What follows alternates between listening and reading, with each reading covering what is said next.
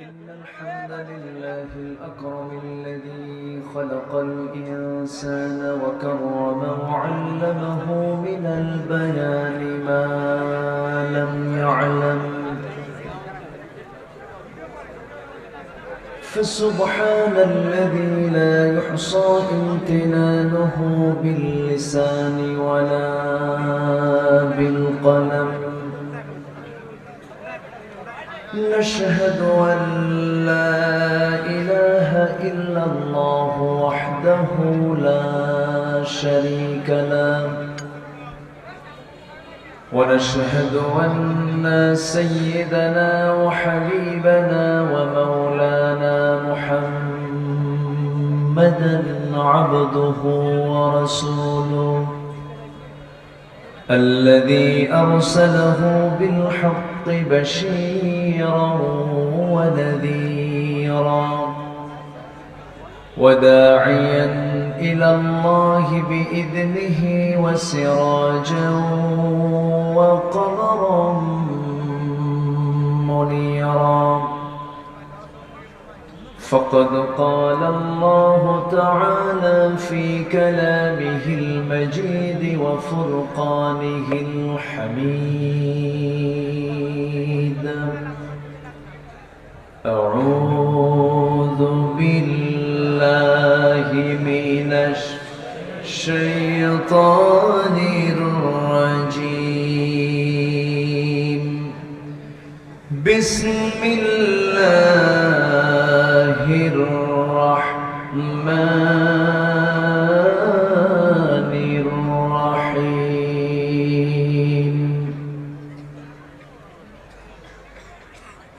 إنما كان قول المؤمنين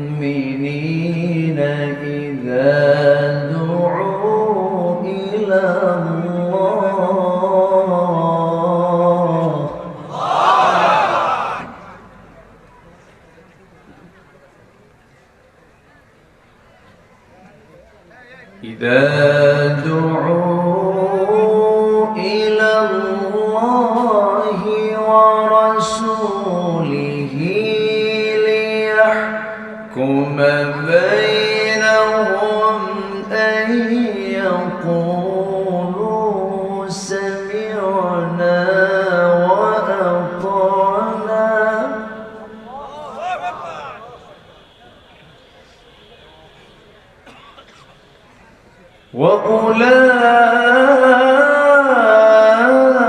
وأولئك هم المفلحون.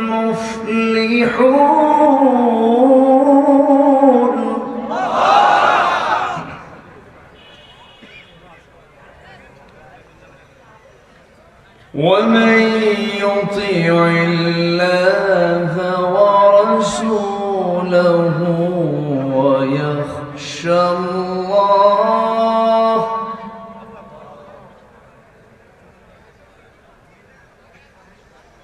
ومن يطيع الله ورسوله ويخشى الله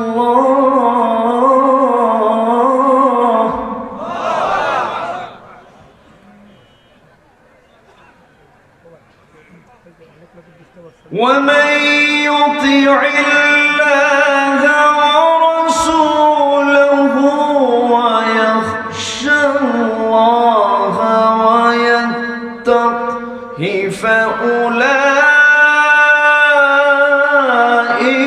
هم الفائزون.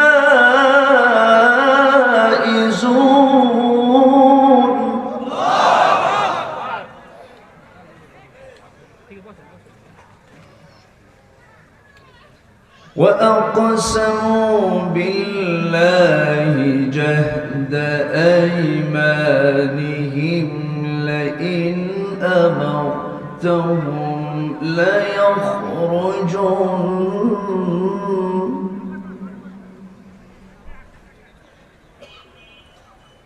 قل لا تقسموا طاعة معروفة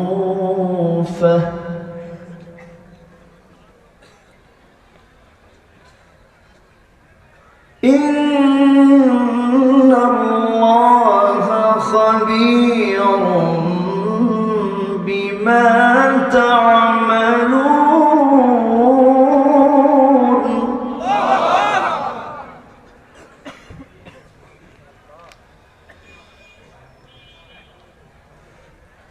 إن الله خبير بما تعملون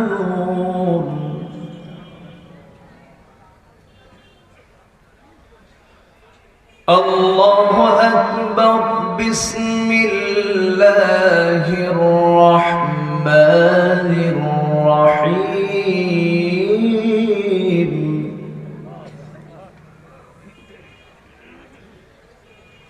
إن الله وملائكته يصلون على النبي يا أيها الذين آمنوا صلوا عليه وسلموا تسليما اللهم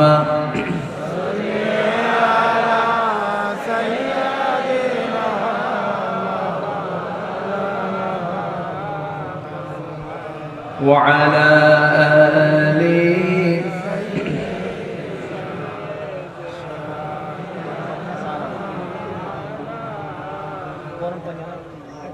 একটু মোহাব্বত দিয়ে নবীর প্রেমে মাতোয়ারা হয়ে জবান খুলে উচ্চ আওয়াজে সবাই বলুন আল্লাহুম্মা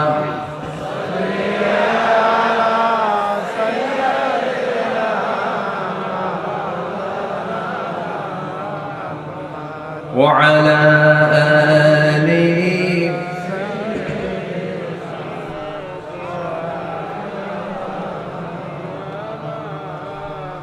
জীবনে কখনো তুমি মিথ্যা বলনি তাই তো তোমায় পেতে কাঁদে ধরণী কাঁদে ধরণী তোমারি মতো নেতা পেতে তোমারি মতো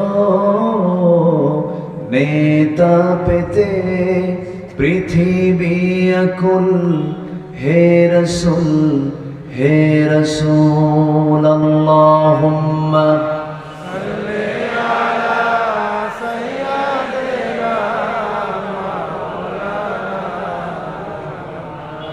وعلى آله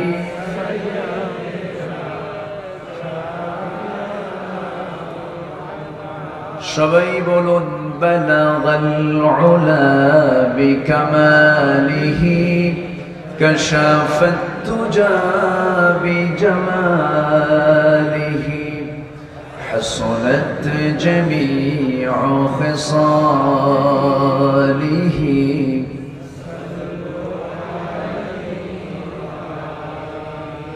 सूरत यूसुफ बिदारी हिकमत लुक़मान बा कारी कुरआन बारी ये है दिले सादमान बा बलागल उला كشفت التجى بجماله حسنت جميع خصاله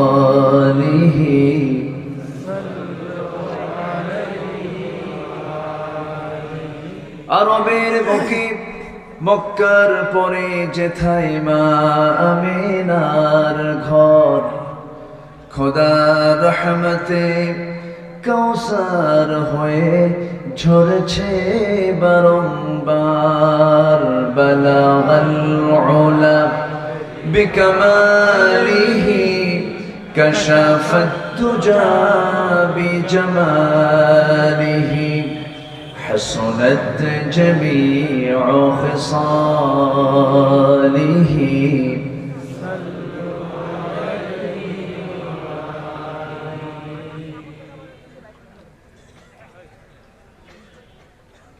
দেশের দক্ষিণ পশ্চিমাঞ্চল খুলনার বাগেরহাট জেলার কচুয়া উপজেলার ধোপাখালী স্কুল সংলগ্ন কামারগাতি আল ফালাহ জামে মসজিদ মাহফিল ইন্তেজামিয়া কমিটি কর্তৃক আয়োজিত ধোপাখালী কামারগাতি যুব সংঘ কর্তৃক আয়োজিত সপ্তম বার্ষিকী তাফসীর ও কোরআন মাহফিল 2021 মহতি আয়োজনের সম্মানিত সুযোগ্য সভাপতি জনাব মাওলানা ইমরান হোসাইন, আজকের মাহফিলের বরেণ্য প্রধান অতিথি, বিশেষ অতিথি,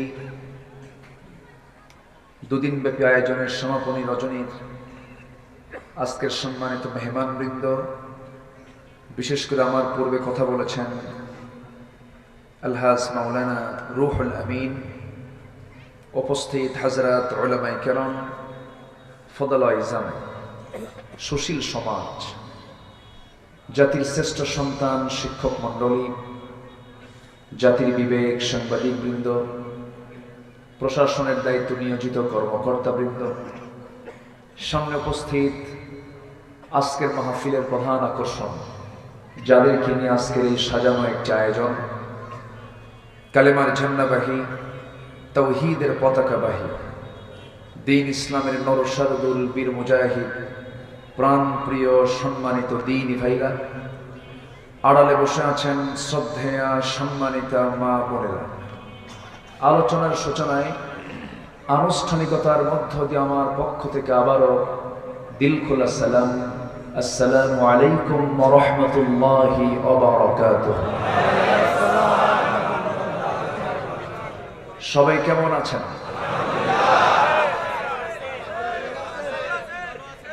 আমাকে প্রশ্ন করলেন যে এটা তো ভালোবাসার চরম বহিঃপ্রকাশ, এই ভালোবাসাই তো চাই আমরা। পরস্পরে হিংসা দরকার না ভালোবাসা দরকার? কিন্তু দুঃখ লাগে আমাদের সমাজে হিংসার আবাদও আছে না নাই? ধরুন একটা গ্রামের একটা ছেলে উপরের দিকে উঠছে, উন্নতির শিখরে উঠছে, ওর উন্নতি দেখে পাশের লোকের ঘুম হয় না, আছে না নাই? ইমানদারের হৃদয়টা এমনটা হওয়া উচিত না। যিনি ইমানদার হবেন তার হৃদয়টা হবে ছোট না বড়? সে উদার হবে। সে বলবে, আল্লাহ তুমি তাকে বড় করেছো, আমাকেও বড় করো। তুমি তাকে কল্যাণ দিয়েছো, আমাকে তুমি কল্যাণ দাও। যে মানুষের কল্যাণ কামনা করে আল্লাহ তার কল্যাণ দিয়ে দেন। যাই হোক, হাজারো কাজের ভিড়ে ব্যস্ত সময় পাড়ি দিয়ে এটা নামায়, এটা উঠায় দিয়ে না, নামায় দেন, নামায় দেন, এটা নামায় দেন, নামায় দেন। না, ঠান্ডার জন্য না, এটা একটা নিয়ন্ত্রণের দরকার আছে, খুলে দিয়েন না, নামায় দেন, নামায় দেন। যা ছিল তাই রাখেন। আমার কথা এখনো বোঝা নাই? যা ছিল তাই রাখেন। ডানে জায়গা আছে তো, সমস্যা নাই। সম্মানিত ভাইয়েরা, সারাদিন হাজারো কাজের ভিড়ে আমরা ব্যস্ত ছিলাম। স্ব কর্মস্থানে, স্ব কর্মস্থলে আমরা ব্যস্ত ছিলাম। সে ব্যস্ত সময় পাড়ি দিয়ে ক্লান্ত শ্রান্ত দেহটাকে যখন স্বস্তি দেব, আমরা বিছানায় চলে যাব, ঠিক সেই মুহূর্তে কি যেন একটা টানে আমরা এসেছি জান্নাতের বাগানে। যে মনিব আসার বসার তৌফিক দিলেন, সেই মহান রবের শানে বলে উঠছি আলহামদুলিল্লাহ। আবারও বলছি বলছে আলহামদুলিল্লাহ, চিৎকার মেরে বলছে আল্লাহুম্মা ইন্নী আসআলুকা আল হুদা ওয়াত তুকা ওয়াল আফাফা ওয়াল গিনা। সবাই বলি আল্লাহুম্মা লাকা আসলামতু ওয়া বিকা আমানতু ওয়া আলাইকা তাওয়াক্কালতু ওয়া ইলাইকা আনাবতু ওয়া বিকা খাসামতু। আমরা আল্লাহ তাআলার শুকর আদায় করে নিলাম। সম্মানিত হাজিরিন, গতকালকে যিনি এসেছিলেন আমার অত্যন্ত কাছের মানুষ, মুহতারাম মাওলানা কামরুল ইসলাম সাঈদ আনসারী হাফিজাহুল্লাহ। তিনি অনেক জ্ঞানগর্ভ তথ্য নির্ভর তিনি আলোচনা করেছেন। আজকে মাহফিলের শেষ রজনী, আমি শেষ ক্লাসে শেষ বৈঠকে কিছু কথা উপস্থাপন করতে চাচ্ছি। সবাই শুনতে রাজি আছি? সবাই শুনতে রাজি আছি তো? জোরে বলি ইনশাআল্লাহ।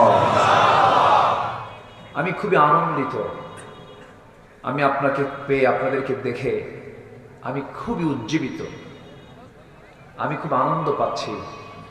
বাগেরহাটের মানুষের ভিতরে ইমানের একটি চেতনা লালন করছে। বলি আলহামদুলিল্লাহ। বাগেরহাটের এই মাটিতে শুয়ে আছেন খান জাহান আলী রাহমাতুল্লাহ আলাইহি, আছেন না? শুয়ে আছেন। সম্মানিত ভাইয়েরা, আমি কোরআনে কারীমের 114টি সূরা আছে, এর মধ্যে 24 নম্বর সূরা সূরাতুন নূরের 6 নম্বর রুকু থেকে আমি কয়েকটা আয়াতে কারিমা তেলাওয়াত করেছি। 51 থেকে 53 পর্যন্ত 4টি আয়াত আমি তেলাওয়াত করেছি। আমি এই কয়েকটা আয়াতকে সামনে রেখে কিছু কথা বলতে চাচ্ছি। সবাই শুনতে রাজি আছি তো? জোরে বলি ইনশাআল্লাহ। এই পিন পতন নীরবতা অন্য কারো আকর্ষণ নয়, মূলত আমরা কোরআনই শুনতে এসেছি। বলি আলহামদুলিল্লাহ। কোরআন কার কথা? আসতে বলবেন না, কার কথা? কোরআন কি আল্লাহর সৃষ্টি? না, আল্লাহর সৃষ্টি নয়, আমরা সৃষ্টি, আমরা মখলুক। আমরা কি মখলুক? আর আমাদের খালেক কে? আসতে বলবেন না, কে? কোরআন কিন্তু কোনো মখলুক না, কোরআন হলো গায়রে মখলুক, অর্থাৎ কোরআন হচ্ছে আল্লাহর বাণী। আল্লাহ আল কুরআনু কালামুল্লাহ, কোরআন হচ্ছে কার কথা? আল্লাহর কথা। তো সৃষ্টি যার, ধ্বংস আছে তার। এই আকাশ এটা সৃষ্টি, জমিন সৃষ্টি, আমি আপনি যা দেখতে পাচ্ছি সব সৃষ্টিকার। ধ্বংস আছে না নাই? কোরআন কি ধ্বংস হবে? নির্মল হবে? হবে না, কারণ এটা আল্লাহ তাআলার বাণী, যে এটা আল্লাহর অস্তিত্ব। জোরে বলি সুবহানাল্লাহ। সেই কালাম থেকে আমি কিছু কথা বলতে চাচ্ছি। সূরার নাম কি বলেছি বলেন তো? সূরা নূর। নূর মানে কি? আলো। নূর মানে কি? এই যে আলো দেখছেন না, এটাকেও নূর বলে, কিন্তু এখানে নূর মানে ওই নূরকে বোঝানো হয়নি। নূরের বিপরীতে যে জুলুমাত, এই জুলুমাতকে বোঝানো হয়েছে ইসলাম ছাড়া পৃথিবীতে যা আছে সব অন্ধকার। সব কি? অন্ধকার। আল ইসলাম নূর, ইসলাম হচ্ছে আলো। ইসলাম কি? এই আলো দিয়ে কাকে বোঝানো হয়েছে? ইসলামকে। বলেন কাকে? ইসলামকে। আল ইসলাম নূর, ইসলাম হচ্ছে আলো। তো এই আলো আল্লাহ তাআলা রাসূলকে দিয়েছেন। কোরআন আলো, কোরআন আসবে, কোরআন সমাজে চালু হবে, জুলুমাত দূর হয়ে যাবে। সুবহানাল্লাহ। রাসূলকে আল্লাহ পাক কোরআন কেন দিলেন? কি জন্য দিলেন? দেওয়ার উদ্দেশ্যটা কি? কোরআন সুন্দর করে রাসূলকে জানিয়ে দিচ্ছে। আল্লাহ তাআলা বলেন আলিফ লাম রা কিতাবুন আরসালনাহু ইলাইকা লিতুখরিজান নাস মিনাল যুলুমাতি ইলান নূর। নবী হে, আমি আপনার প্রতি যে কিতাব নাজিল করেছি, যে গ্রন্থ কোরআনটা আপনাকে দিয়েছি, এই কিতাব নাজিলের উদ্দেশ্য হলো আপনি যেন এই কিতাব দিয়ে অন্ধকারে নিমজ্জিত জাতিকে যেন আপনি কোরআনের আলোতে আলোকিত করে তাদেরকে জান্নাতে যাওয়ার রাস্তা দেখিয়ে দিতে পারেন। জোরে বলি সুবহানাল্লাহ। আপনি যেন আলোর দিকে নিয়ে আসতে পারেন। সম্মানিত ভাইয়েরা, শুধু আলো হলেই চলবে না, আলোর সাথে আরো কিছু লাগবে। ধরুন আপনি গ্রামীণ মেঠো পথে বিকেল বেলায় বের হয়েছেন মাহফিলে, কিন্তু এখন বাড়ি যাওয়ার পথে গ্রামীণ মেঠো পথে যাওয়ার পথে অন্ধকার আছে, হয়তোবা ঝাপঝড় আছে, এদিকে কি বলে, জঙ্গল কি বলে, ঝোপঝাড় বলে তো, আচ্ছা ঝোপঝাড় আছে, সেখানে সাপের আনাগোনাও থাকতে পারে। সেই সময় লাইটের জরুরত আছে না নাই? আছে। কিন্তু আপনার হাতে লাইট আপনি এনেছেন, কিন্তু লাইটটা মানলেন, সাপটাও দেখতে পাচ্ছেন যে সে ফনা পেকে আছে। শুধু লাইট দিয়ে কি কাম হবে? সাথে কি দরকার? কি দরকার বলেন? লাঠি দরকার। তাহলে আপনি আপনার রাস্তাকে নিরাপদ করার জন্য, আপনার নিরাপত্তা নিশ্চিত করার জন্য শুধু লাইট হলেই চলবে না, সাথে একটা লাঠিরও দরকার আছে। যদি আপনার হাতে লাঠি থাকে, লাইট না থাকে, তাও হবে না। আবার লাইট আছে, লাঠি নেই, তাও হবে না। দুটাই থাকতে হবে আপনার সাথে, এবং এটাকে প্রয়োগ করতে হবে ব্যাঠিকভাবে না সঠিকভাবে? সঠিকভাবে গ্রীবায় মারতে হবে, তাহলেই সাপটা মরে যাবে, আপনার রাস্তাটা নিশ্চিত, মানে নিরাপত্তা নিয়ে আপনি বাসায় ফিরতে পারবেন। ঠিক তেমনি সমাজের ভিতরে সাপরূপী কিছু পাপ আছে, সেই পাপগুলোকে দমন করার জন্য, সেই সাপরূপী পাপগুলোকে সমাজ থেকে নিশ্চিহ্ন করার জন্য একটা লাঠির দরকার, একটা আলোর দরকার। সে আলোটার নাম হলো আল্লাহর কালাম, কোরআনে কারীম। এটা হচ্ছে আলো। এই আলো দিয়া সমাজটাকে আলোকিত করব, আর সমাজের সাপরূপী যে পাপগুলো আছে, সেই পাপগুলোকে দমন করার জন্য একটা লাঠির প্রয়োজন। সেই লাঠির নাম হলো রাষ্ট্রীয় শক্তি। লাঠির নাম কি? রাষ্ট্রীয় শক্তি। আমার কথা কি বোঝা যায়? কোনো সমস্যা হচ্ছে আপনাদের? সম্মানিত ভাইয়েরা, শুধু ওয়াজ করেই যদি সমাজের এই সাপরূপী পাপ যদি দমন হতো, সুদের পরিমাণ কমলো না বাড়লো? বলেন, এখন কমেছে না বেড়েছে? আচ্ছা, জেনার পরিমাণ কমেছে না বেড়েছে? খুন, ধর্ষণ, চাঁদাবাজি, ছিনতাই, রাহাজানি, এগুলো কি পরিমাণে কমছে না বাড়ছে? মামলার পরিমাণ ৭১ সালে দেশ স্বাধীন হয়েছে, আজকে ২০২১ সাল, মামলার পরিমাণ বেড়েছে না কমেছে? মামলা বাড়লে কি এটা কি সমাজের শান্তির, মানে সমাজের শান্তি নিরাপত্তার ইঙ্গিত না অশান্তি? অশান্তি। সাইয়েদনা ওমর ফারুক রাদিয়াল্লাহু তাআলা আনহু যখন প্রথম খলিফার আমলে মদিনার যখন চিফ জাস্টিস নির্বাচিত হলেন, প্রধান বিচারপতি পদে যখন তিনি থাকলেন, ২ বছর তিনি বিচারপতির দায়িত্ব পালন করলেন। শুধু বেতন নিলেন মাসে মাসে, একটা আসামি কোর্টে হাজিরা দেয় নাই। একটা আসামি কোর্টে আসেনি, আসামি তো নাই, হাজিরা দিবে কি? একটু জোরে বলি সুবহানাল্লাহ। এখন আমাদের মানুষ বেশি না মামলা বেশি? হ্যাঁ, যাই হোক, কেন, কি জন্য? এর মূল কারণ হলো আমরা ভালো না। আমরা কি ভালো না? আমরা ভালো হব। জোরে বলি ইনশাআল্লাহ। আর জোরে বলি ইনশাআল্লাহ। ভালো হব কি মানলে? আসতে বলবেন না, কি মানলে? কোরআন মানলে। কোরআন মানলে আমরা ভালো হয়ে যাব। পৃথিবীর প্রথম মানুষ আমাদের আব্বাজান, আমাদের বাপের বাড়ি কোথায় বলেন? বলেন বলেন সবাই। বাপ দাদার ভিটা বাড়ি হলো জান্নাত। সেই জান্নাতে আমরা ছিলাম। আমার বাপজান ছিলেন জান্নাতের মধ্যে, থাকলেন, সময় ভালোই কাটলো, সঙ্গিনীকে নিয়েও থাকলেন, আম্মাজানকে নিয়ে থাকলেন। হঠাৎ করে ফাওয়াসওয়াসা লাহুমা, শয়তান দুজনকে ওয়াসওয়াসা দিয়ে ফেললো, টিকতে পারলেন না। আল্লাহ সঙ্গে সঙ্গে বলছেন, আদম জান্নাতের পোশাক খুলে গেল, আর তুমি জান্নাতে টিকতে পারবা না।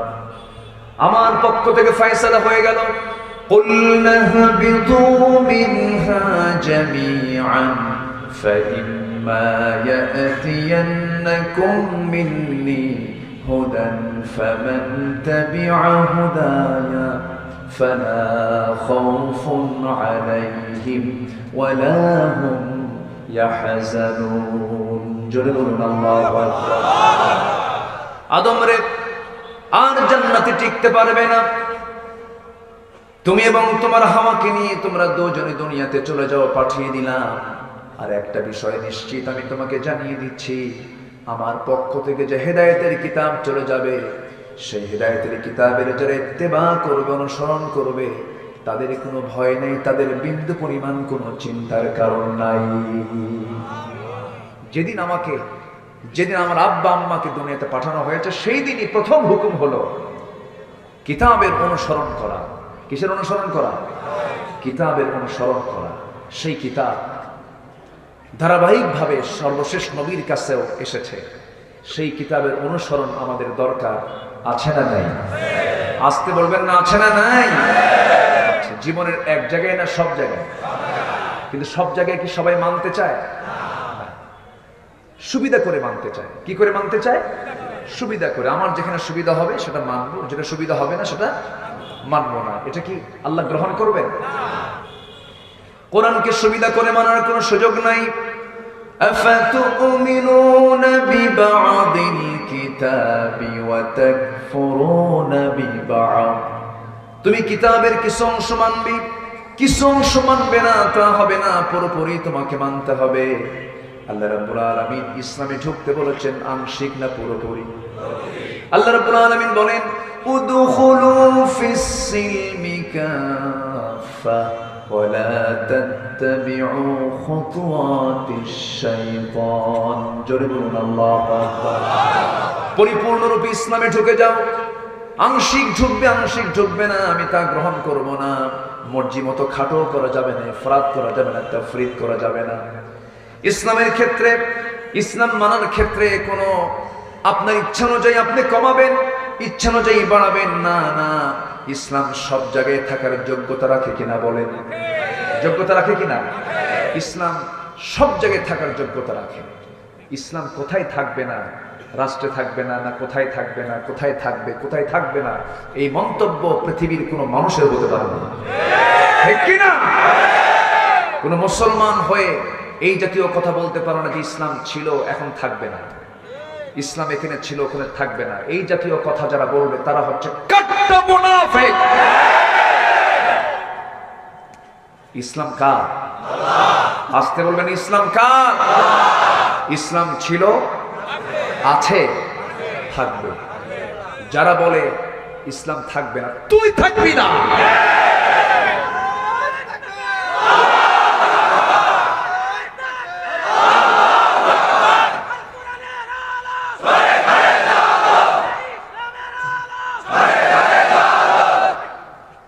কষ্ট পাচ্ছেন আপনারা? আলোচনা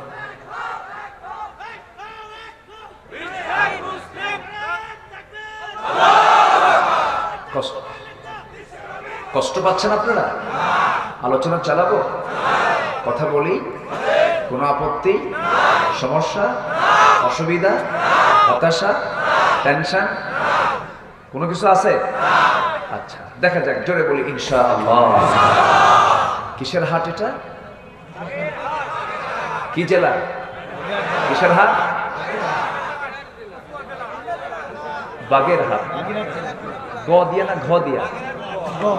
গ দিয়া। ও আচ্ছা, বাগ মানে জান্নাত, বাগিচার হাট। বলি আলহামদুলিল্লাহ। খুব সুন্দর, জান্নাতের হাট। এ তো জান্নাতির হাট তো আজকে, তাই না? বলি আলহামদুলিল্লাহ। বাগে জান্নাত, তাই না? জান্নাতের বাগান হয়ে গেছে এই মুহূর্তে, বলি আলহামদুলিল্লাহ। আর এলাকার নাম কি? ধোপা। ধোপা খালি। ধোপা তো ভালো শব্দ, হাওয়ারি, তাই না? হাওয়ারি, হাওয়ারি হচ্ছে ধোপা। প্রত্যেক নবীর একজন করে হাওয়ারি ছিল। আমার নবীর একজন হাওয়ারি ছিলেন জুবাইর ইবনুল আওয়াম রাদিয়াল্লাহু তাআলা আনহু। ক্বালাল হাওয়ারিয়ুন, আল্লাহ তাআলা ধোপাদের নিয়ে কথা বলেছেন।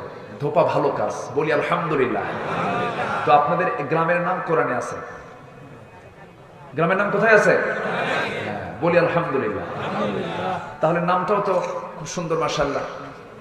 নামও সুন্দর, জেলার নামটাও সুন্দর, আমরা কি সুন্দর হয়ে যায়? আমরা ভালো হলে তো সবই সুন্দর হয়ে যায়, তাই না? যা শোন, কোন সূরা বলেন তো?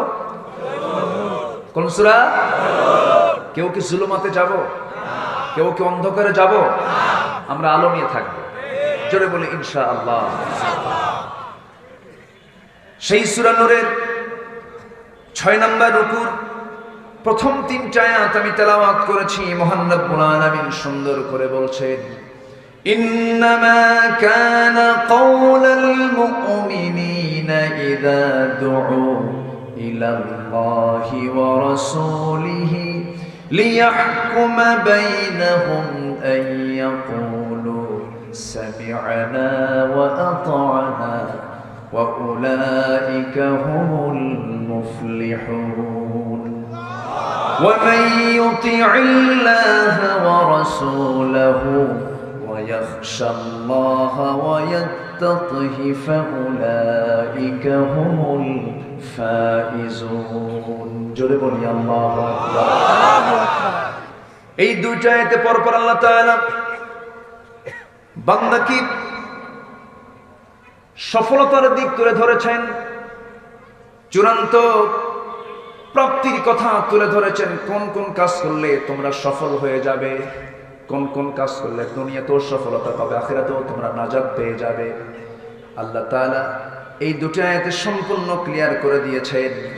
প্রথম আয়াতে আল্লাহ রাব্বুল আলামিন বলছেন, কোন মুমিনদের সামনে যখন কোনো কথা বলা হয় সিদ্ধান্তের ব্যাপারে, সেই সিদ্ধান্তের ব্যাপারে যখন বলা হয় তোমাদের সিদ্ধান্ত কি, সেই সময় তাদের মুখ থেকে একটাই কথা বের হয়, আল্লাহ রাসূল যে হুকুম করেছেন সেই হুকুমে আমাদেরকে যখন বলবে সামি'না, আমরা শুনলাম, সঙ্গে সঙ্গে তা মানলাম। জোরে বলি সুবহানাল্লাহ। সকল ফয়সালায় আমরা কার ফয়সালা নেব? আসতে বলবেন না, কার ফয়সালা? সকল ফয়সালায় সেকেন্ড স্টেপ হবে মুহাম্মদ সাল্লাল্লাহু আলাইহি ওয়াসাল্লাম। সম্মানিত ভাইয়েরা, কথা অনেক আছে, একটু ধৈর্য সহকারে শুনতে হবে। আমাকে সময় দেওয়া যায়? আমাকে সময় দেওয়া যায়? সবাই বসো। সামনে একজন লোক দাঁড়াচ্ছেন কেন? কোনো প্রবলেম?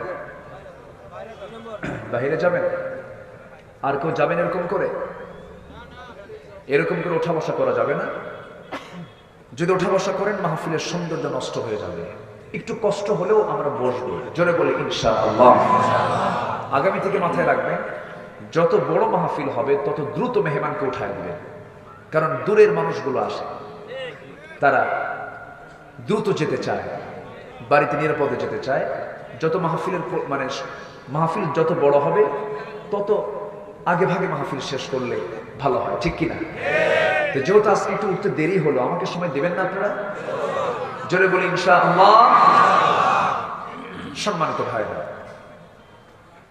সকল ফয়সালায় আমরা প্রাধান্য দেব কার ফয়সালা? বলেন কার? কার?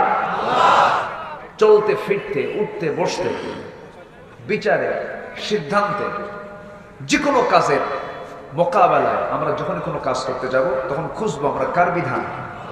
আসতে বলবেন না, কার বিধান? আল্লাহর বিধান। যখন আমরা কোনো কিছু শুনবো আল্লাহর পক্ষ থেকে শুনলাম, সঙ্গে সঙ্গে অস্বীকার করব না, মানব। অস্বীকার করব না, মানব।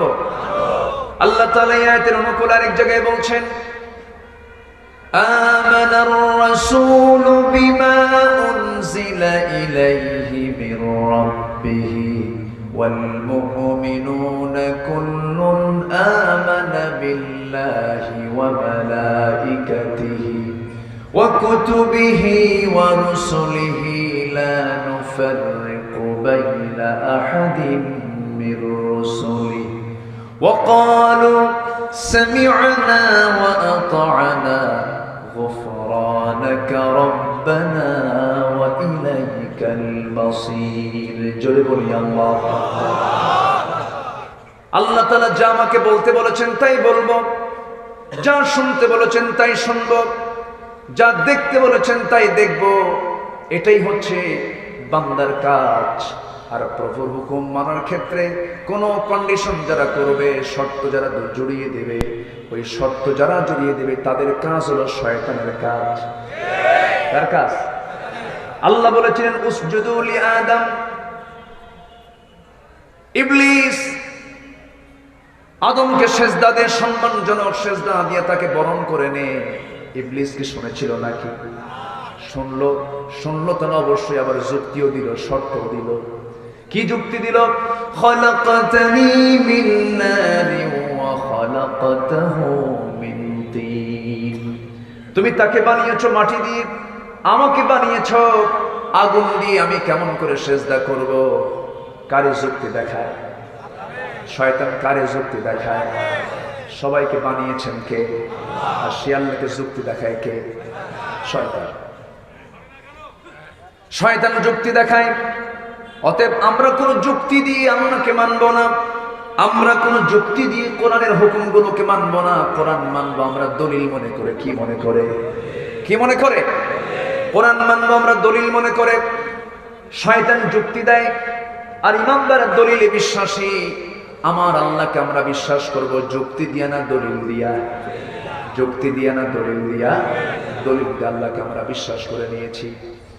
আমার ভাইয়েরা, সেই শয়তান শুধু যুক্তি তর্ক আর অহংকার করার জন্য শেষ হয়ে গেছে, কিন্তু সেই শয়তানের কাজ এখনো আছে না নাই?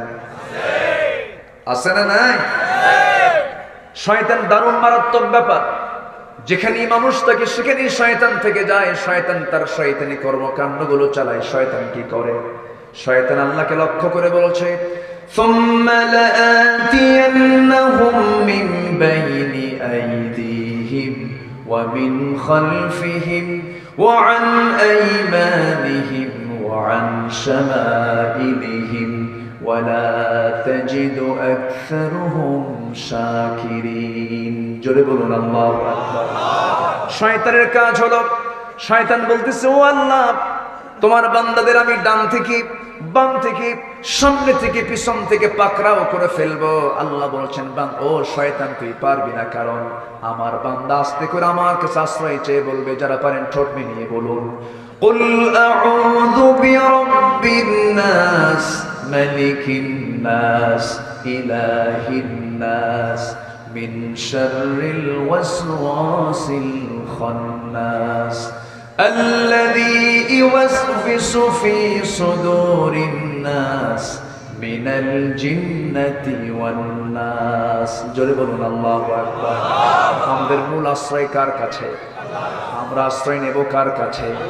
দিন শেষে সবাই পর আমার একমাত্র আপনকে। আমি আল্লাহকে বেশি ভালোবাসি না আল্লাহ আমাকে বেশি ভালোবাসেন?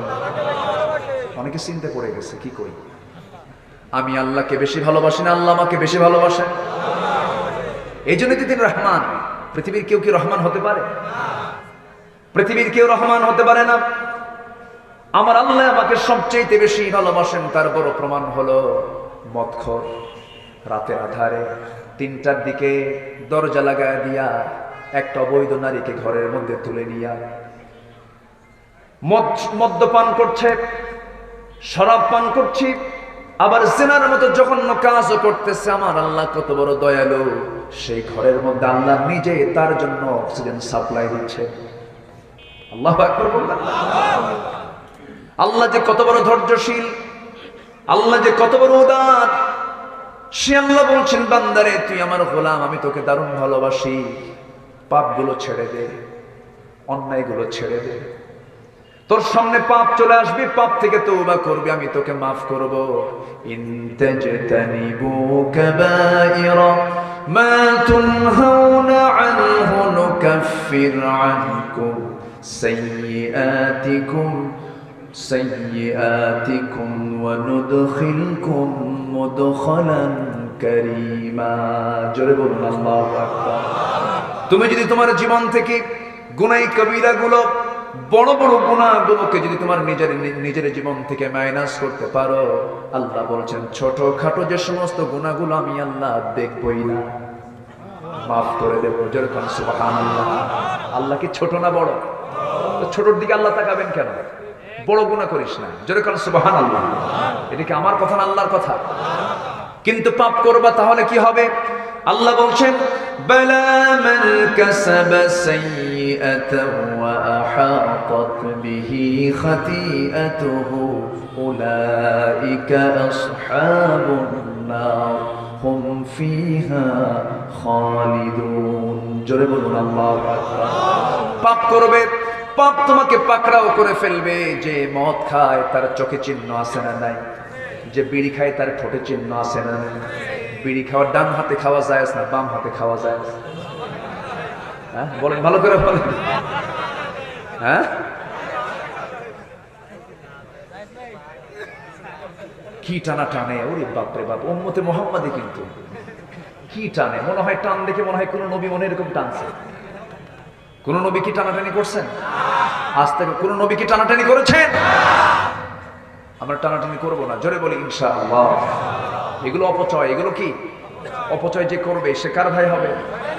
এটা কি আমার ওয়াজ না আল্লাহর ওয়াজ? আল্লাহ তো ওয়াজ করে দিয়েছেন। বেনসন খাবেন, এক প্যাকেট করে দিনে 400-500 টাকা খরচ করবেন।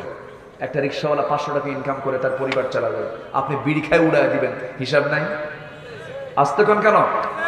হিসাব আছে না নাই? কষ্ট পাচ্ছেন? আলোচনা চলো, জোরে বলি ইনশাআল্লাহ। তাহলে পাপ আসবে জীবনে। পাপ নাই কার? পাপ সবার আছে না নাই? পাপ সবারই আছে, সবার জীবনে পাপ আছে। পাপ না থাকলে চোখে পানি আসবে কেন? কিন্তু পরিকল্পিত কোনো গুনাহ করা যাবে না। হঠাৎ অনাকাঙ্ক্ষিত কোনো গুনাহ হয়ে গেছে, মাফ চেয়ে নেব কার কাছে? আল্লাহর কাছে। আল্লাহ কত বড় দয়ালু। আল্লাহ বলছেন বান্দারে তুই আমার দিকে 1 হাত আগাবি, আমি তোর দিকে 10 হাত আগাবো। তুই আমার দিকে হেঁটে হেঁটে আসবি, আমি তোর দিকে দৌড়ে দৌড়ে যাব। বান্দা নামাজে দাঁড়ায়, আল্লাহ বান্দার সামনে দাঁড়ায় যান, জোরে বলে সুবহানাল্লাহ। অতএব শুনবো আমরা কার কথা? শুনবো কার কথা?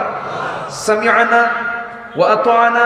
ইমানদার ব্যক্তিদের সামনে যখন আল্লাহর কালামের কোনো হুকুম চলে আসবে, শুনবে, শর্ত জোড়াবে না মানবে?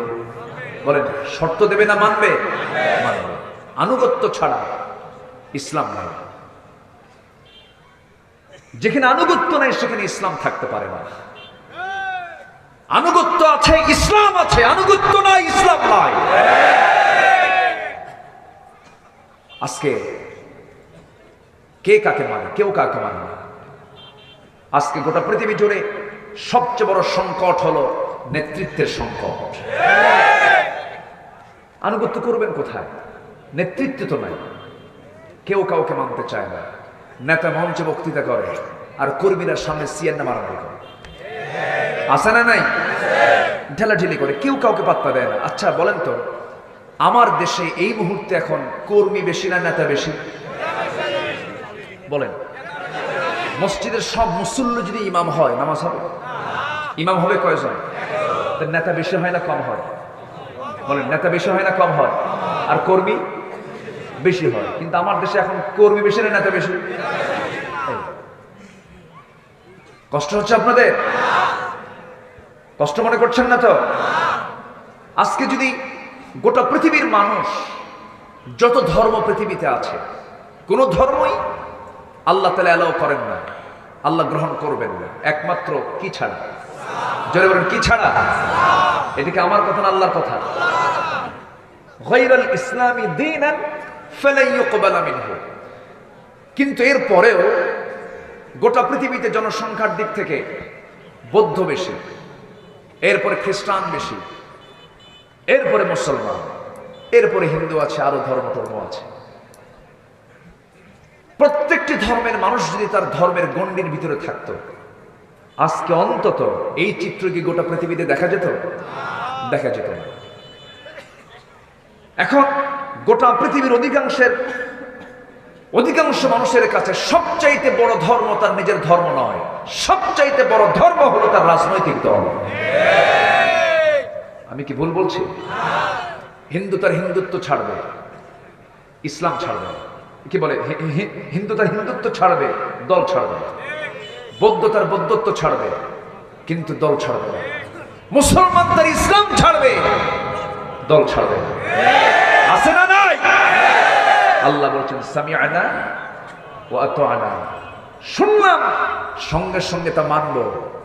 অন্য কিছু মানবি, আমি আল্লাহ কোনো কিছু গ্রহণ করব না। কার কথা? আসতে বলবেন না, কার কথা? আল্লাহর কথা।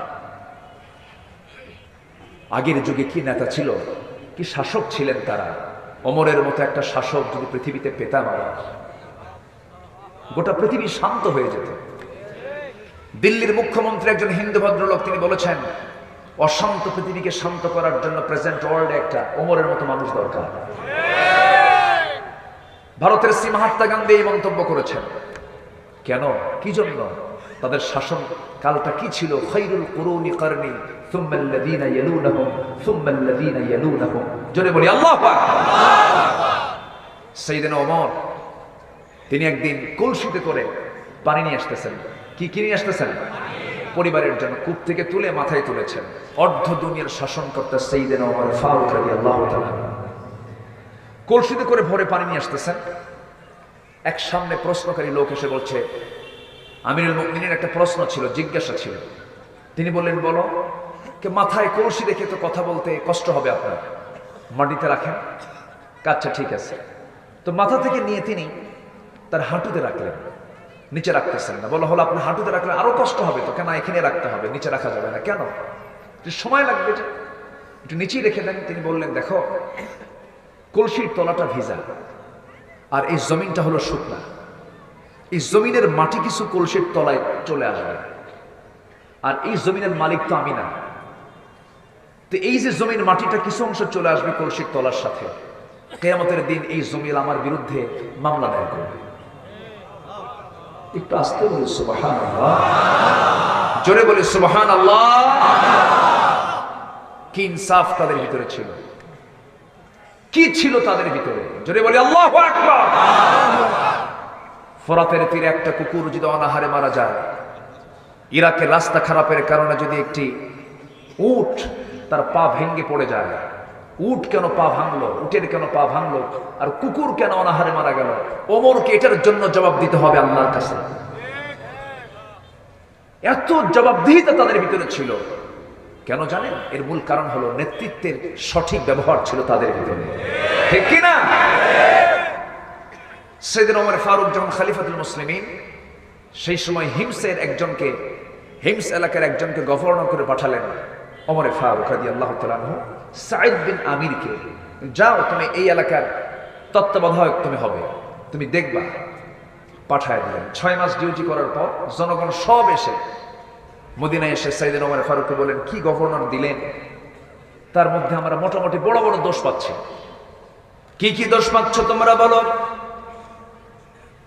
জনগণ বলে ফেললেন, আমিরুল মুমিনিন, মোটামুটি 4টে বড় বড় দোষ পেয়েছি। নাম্বার 1 দোষ হলো, প্রত্যেক দিন আমাদের গভর্নর সাঈদ বিন আমির যখন অফিসে আসেন, নির্দিষ্ট সময়ের চাইতে একটু বিলম্ব করে আসেন, দেরি করে আসেন। নাম্বার 2 হলো 7 দিন একদিন আসেন না। নাম্বার 3 হলো সন্ধ্যার পরে তার বাড়িতে কোনো কাজ নিয়ে গেলে তিনি ডাকে সাড়া দেন না। নাম্বার 4 হলো অফিসে বসে মাঝে মাঝে মৃগী রোগীর মতো অজ্ঞান হয়ে পড়েন। এই 4টা অভিযোগ আমরা তার বিরুদ্ধে পেয়েছি। সাইয়েদনা ওমর ফারুক বললেন, ঠিক আছে, তোমরা অভিযোগগুলো জমা দিয়েছো, যাও, আমি সময় মতো ডেকে নেব। ডেকে নেওয়া হলো। সাঈদ বিন আমির রাদিয়াল্লাহু তাআলা আনহু তিনি হযরত ওমর ফারুকের সামনে হাজির হয়ে গেলেন। সামনে হাজির হয়ে বলছেন, লাব্বাইক ইয়া আমিরাল মুমিনিন, আমি হাজির হয়েছি। এবার বলা হলো, আজ সাঈদ, আমি তোমাকে নিজে দায়িত্ব দিলাম, কিন্তু জনগণ তোমার বিরুদ্ধে রিপোর্ট করেছে। কি রিপোর্ট করেছে? এই যে 4টা রিপোর্ট করেছে। সঙ্গে সঙ্গে সাঈদ বিন আমির বললেন, আমিরুল মুমিনিন, যে 4টা অভিযোগ দিয়েছে তারা, অভিযোগটা আপনার কাছে দিয়েছে, অভিযোগ আপনার কাছে সত্য মনে হতে পারে, তবে 4টা অভিযোগের সুস্পষ্ট জবাব আল্লাহ পাক আমাকে দেওয়ার তৌফিক দিয়েছে। জোরে বলি সুবহানাল্লাহ। কি জবাবদিহিতা ছিল, কি শৃঙ্খলা ছিল, কি আনুগত্য ছিল। কিসের কারণে? আসতে বলবেন না, কিসের কারণে? কোরআনের কারণে। হযরত ওমর ফারুক রাদিয়াল্লাহু তাআলা আনহু বললেন, তাহলে জবাবগুলো দিয়ে দাও সাঈদ। নাম্বার 1 হলো, আমার বিরুদ্ধে যে অভিযোগ দেওয়া হয়েছে, আমি প্রত্যেক দিন অফিসে দেরি করে যাই। দেরি করে যাওয়ার কারণটা হলো, আমার অনেকগুলো ছেলে মেয়ে আছে, ছোট ছোট অনেকগুলো সন্তান আছে, তাদের রান্না বান্না করা, তাদের কাপড় চোপড় ধৌত করা, তাদের খাবার দাবার প্রস্তুত করতে গিয়ে আমার স্ত্রী একা সারতে পারে না। আমার বাড়িতে পৃথক কোনো কাজের মানুষ নাই, কোনো দাসী নাই। এই জন্য আমার স্ত্রীকে সহযোগিতা করতে গিয়ে আমার দেরি হয়ে যায়। সুবহানাল্লাহ বলবেন না? সাইয়েদনা ওমর ফারুক চোখের পানি ফেলছেন আর মনে মনে বলছেন, আহারে আমি কার বিরুদ্ধে কথাগুলো বিশ্বাস করেছি। নাম্বার 2 হলো, সপ্তাহে তুমি একদিন আসো না কেন? একদিন তোমার অফিস ডিউটি না করলে তো ক্ষতি হয়ে যায় জনগণের। তিনি বললেন, আমিরুল মুমিনিন, সপ্তাহে একদিনটা হলো শুক্রবার। 6 দিন আমি হার্ড ডিউটি করি, কিন্তু যে কাপড় দিয়ে ডিউটি করি, যে কাপড়টা আমার পরনে থাকে, এই যে আমার গায়ে যে কাপড়টা দেখছেন আমিরুল মুমিনিন, এই কাপড় ছাড়া দ্বিতীয় কোনো কাপড় আমার বাড়িতে নাই। একটা কাপড় আমি 6 দিন পরি। 7ম দিন যখন চলে আসে শুক্রবার, পরিষ্কার পরিচ্ছন্ন হওয়া দরকার।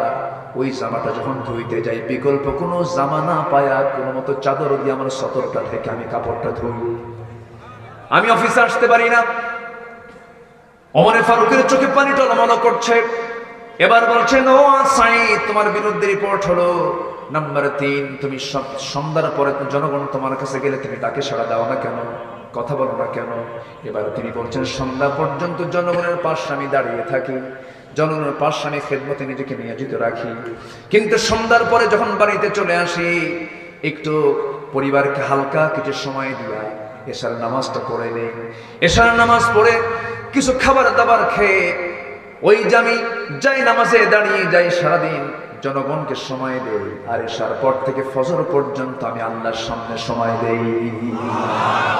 জোরে বলি সুবহানাল্লাহ। ওমর ফারুক বলছেন, ও সাঈদ, আরেকটা অভিযোগ হলো, তুমি মৃগী রোগীর মতো অজ্ঞান হয়ে যাও কেন?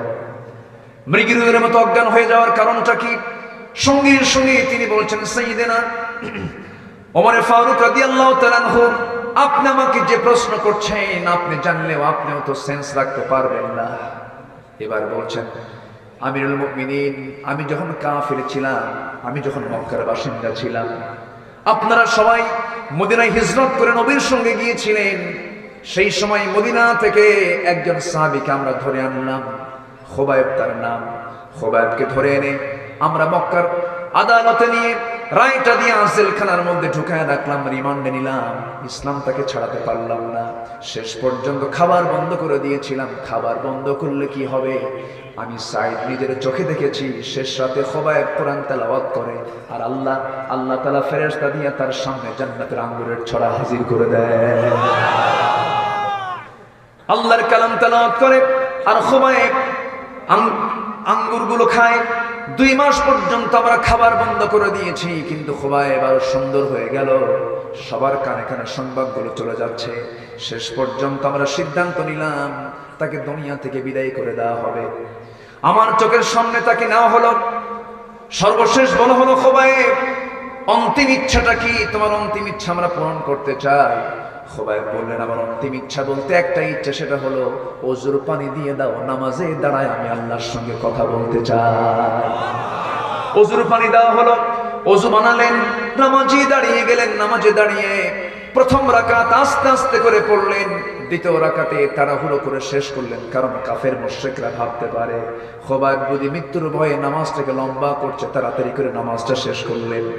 নামাজ শেষ করার পরে এবার করলেন কি, দুহাত উঁচু করে আল্লাহকে বলছেন, আল্লাহ, আমি বুঝি আর দুনিয়াতে বাঁচবো না, কারণ তুমি আল্লাহ আমার নাকের ভিতরে জান্নাতের ঘ্রাণ ঢুকাইয়া দিয়েছো। আমি দুনিয়া থেকে বিদায় নিয়ে নেব। অতএব আজকে 4 মাস যাবত আমার রাসূলকে দেখি না, নবীজির চেহারা দেখতে পাই না, নবীজির বয়ানগুলো শুনতে পাই না। নবীর আনুগত্যের দরকার আছে না নাই? একটু পরে আসতেছে দ্বিতীয় আয়াতে এই কথাগুলো আছে। এই খুবাইব বললেন, ও আল্লাহ, নবীকে দেখতে পাই না, নবীর কথা শুনতে পাই না, নবীকে আমি আমার জীবনের চাইতে বেশি ভালোবাসি। আমি দুনিয়া থেকে যখন বিদায় হয়ে যাব, আমার বিদায় সালামটা তুমি আল্লাহ নবীর দরবারে তুমি আল্লাহ পৌঁছাইয়া দিও। আমার ভাইয়েরা, আমার বন্ধুগণ, মৃত্যুর জন্য প্রস্তুতি নিচ্ছেন খুবাইব। এইদিকে সাইদ বলেন আমিরুল মুমিনিন। সবাই মিলে তাকে হাত পা বেঁধে যখন সুরে চড়াইয়া দেওয়া হলো, সুরে চড়াইয়া দিয়ে একজন কাফের বলতেছে, খুবাইব তোর এই জায়গায় যদি তোকে না বসায়া, তোকে না দাঁড় করায়া মুহাম্মদকে বসায় দিতাম কতই না ভালো হতো।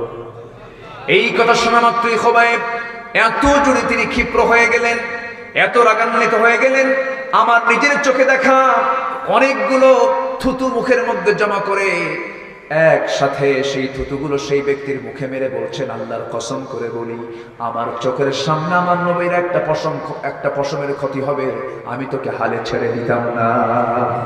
জোরে কোন সুবহানাল্লাহ, আর জোরে কোন সুবহানাল্লাহ। আমিরুল মুমিনিন এত বড় নবী প্রেমিক আমি দেখেছি খুবাইবকে। এই আচরণ করার সঙ্গে সঙ্গে একজন কাফের এসে সোজা তার ডান হাতে একটা তরবারি হাঁকায় দিল, ডান হাতটা ছিটকে পড়ে গেল।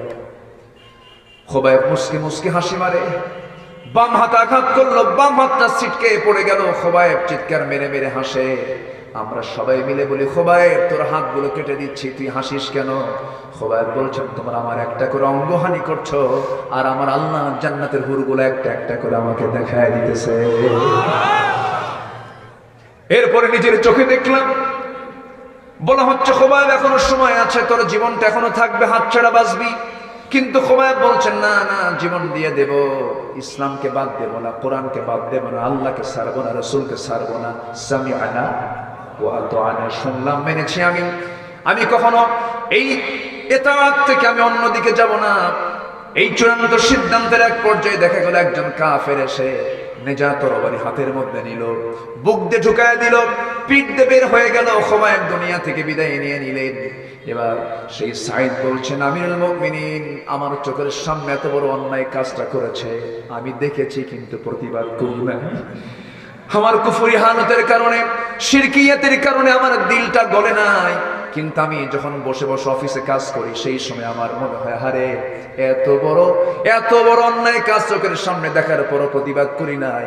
এই চিন্তায় টেনশনে আমি মৃগী রোগীর মতো অজ্ঞান হয়ে জমিনে পড়ে থাকি। জোরে বলি আল্লাহু আকবার। মুমিনের প্রতি মুমিনের ভালোবাসার দরকার আছে না নাই? খুবাইব শহীদ হয়ে গেছেন। আমার নবীজি মদিনার মসজিদে সাহাবায়ে কেরামকে নিয়ে আলোচনা করছিলেন, হঠাৎ করে আলোচনা বন্ধ করে দিয়া সামনে দাঁড়ায় গেলেন নবীজি, হাত উঁচু করে সালাম দিচ্ছেন, সালামুন আলাইকা ইয়া খুবাইব, সালামুন আলাইকা ইয়া খুবাইব।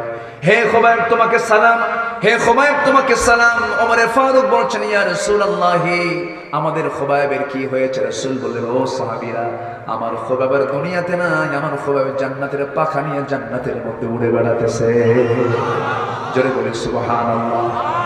সামিআনা ওয়া আতাআনা, শুনবো, সঙ্গে সঙ্গে আমরা মানবো। জোরে বলি ইনশাআল্লাহ, আরো জোরে বলি ইনশাআল্লাহ।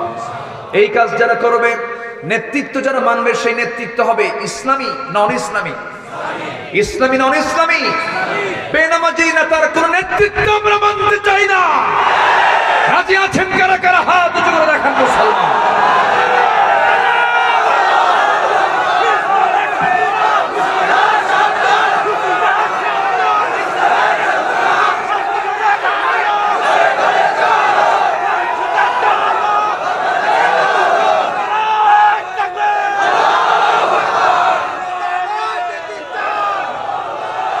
আল্লাহ তুমি সবার হাতকে কবুল করো। জোরে বলি আমিন, আরো জোরে আমিন।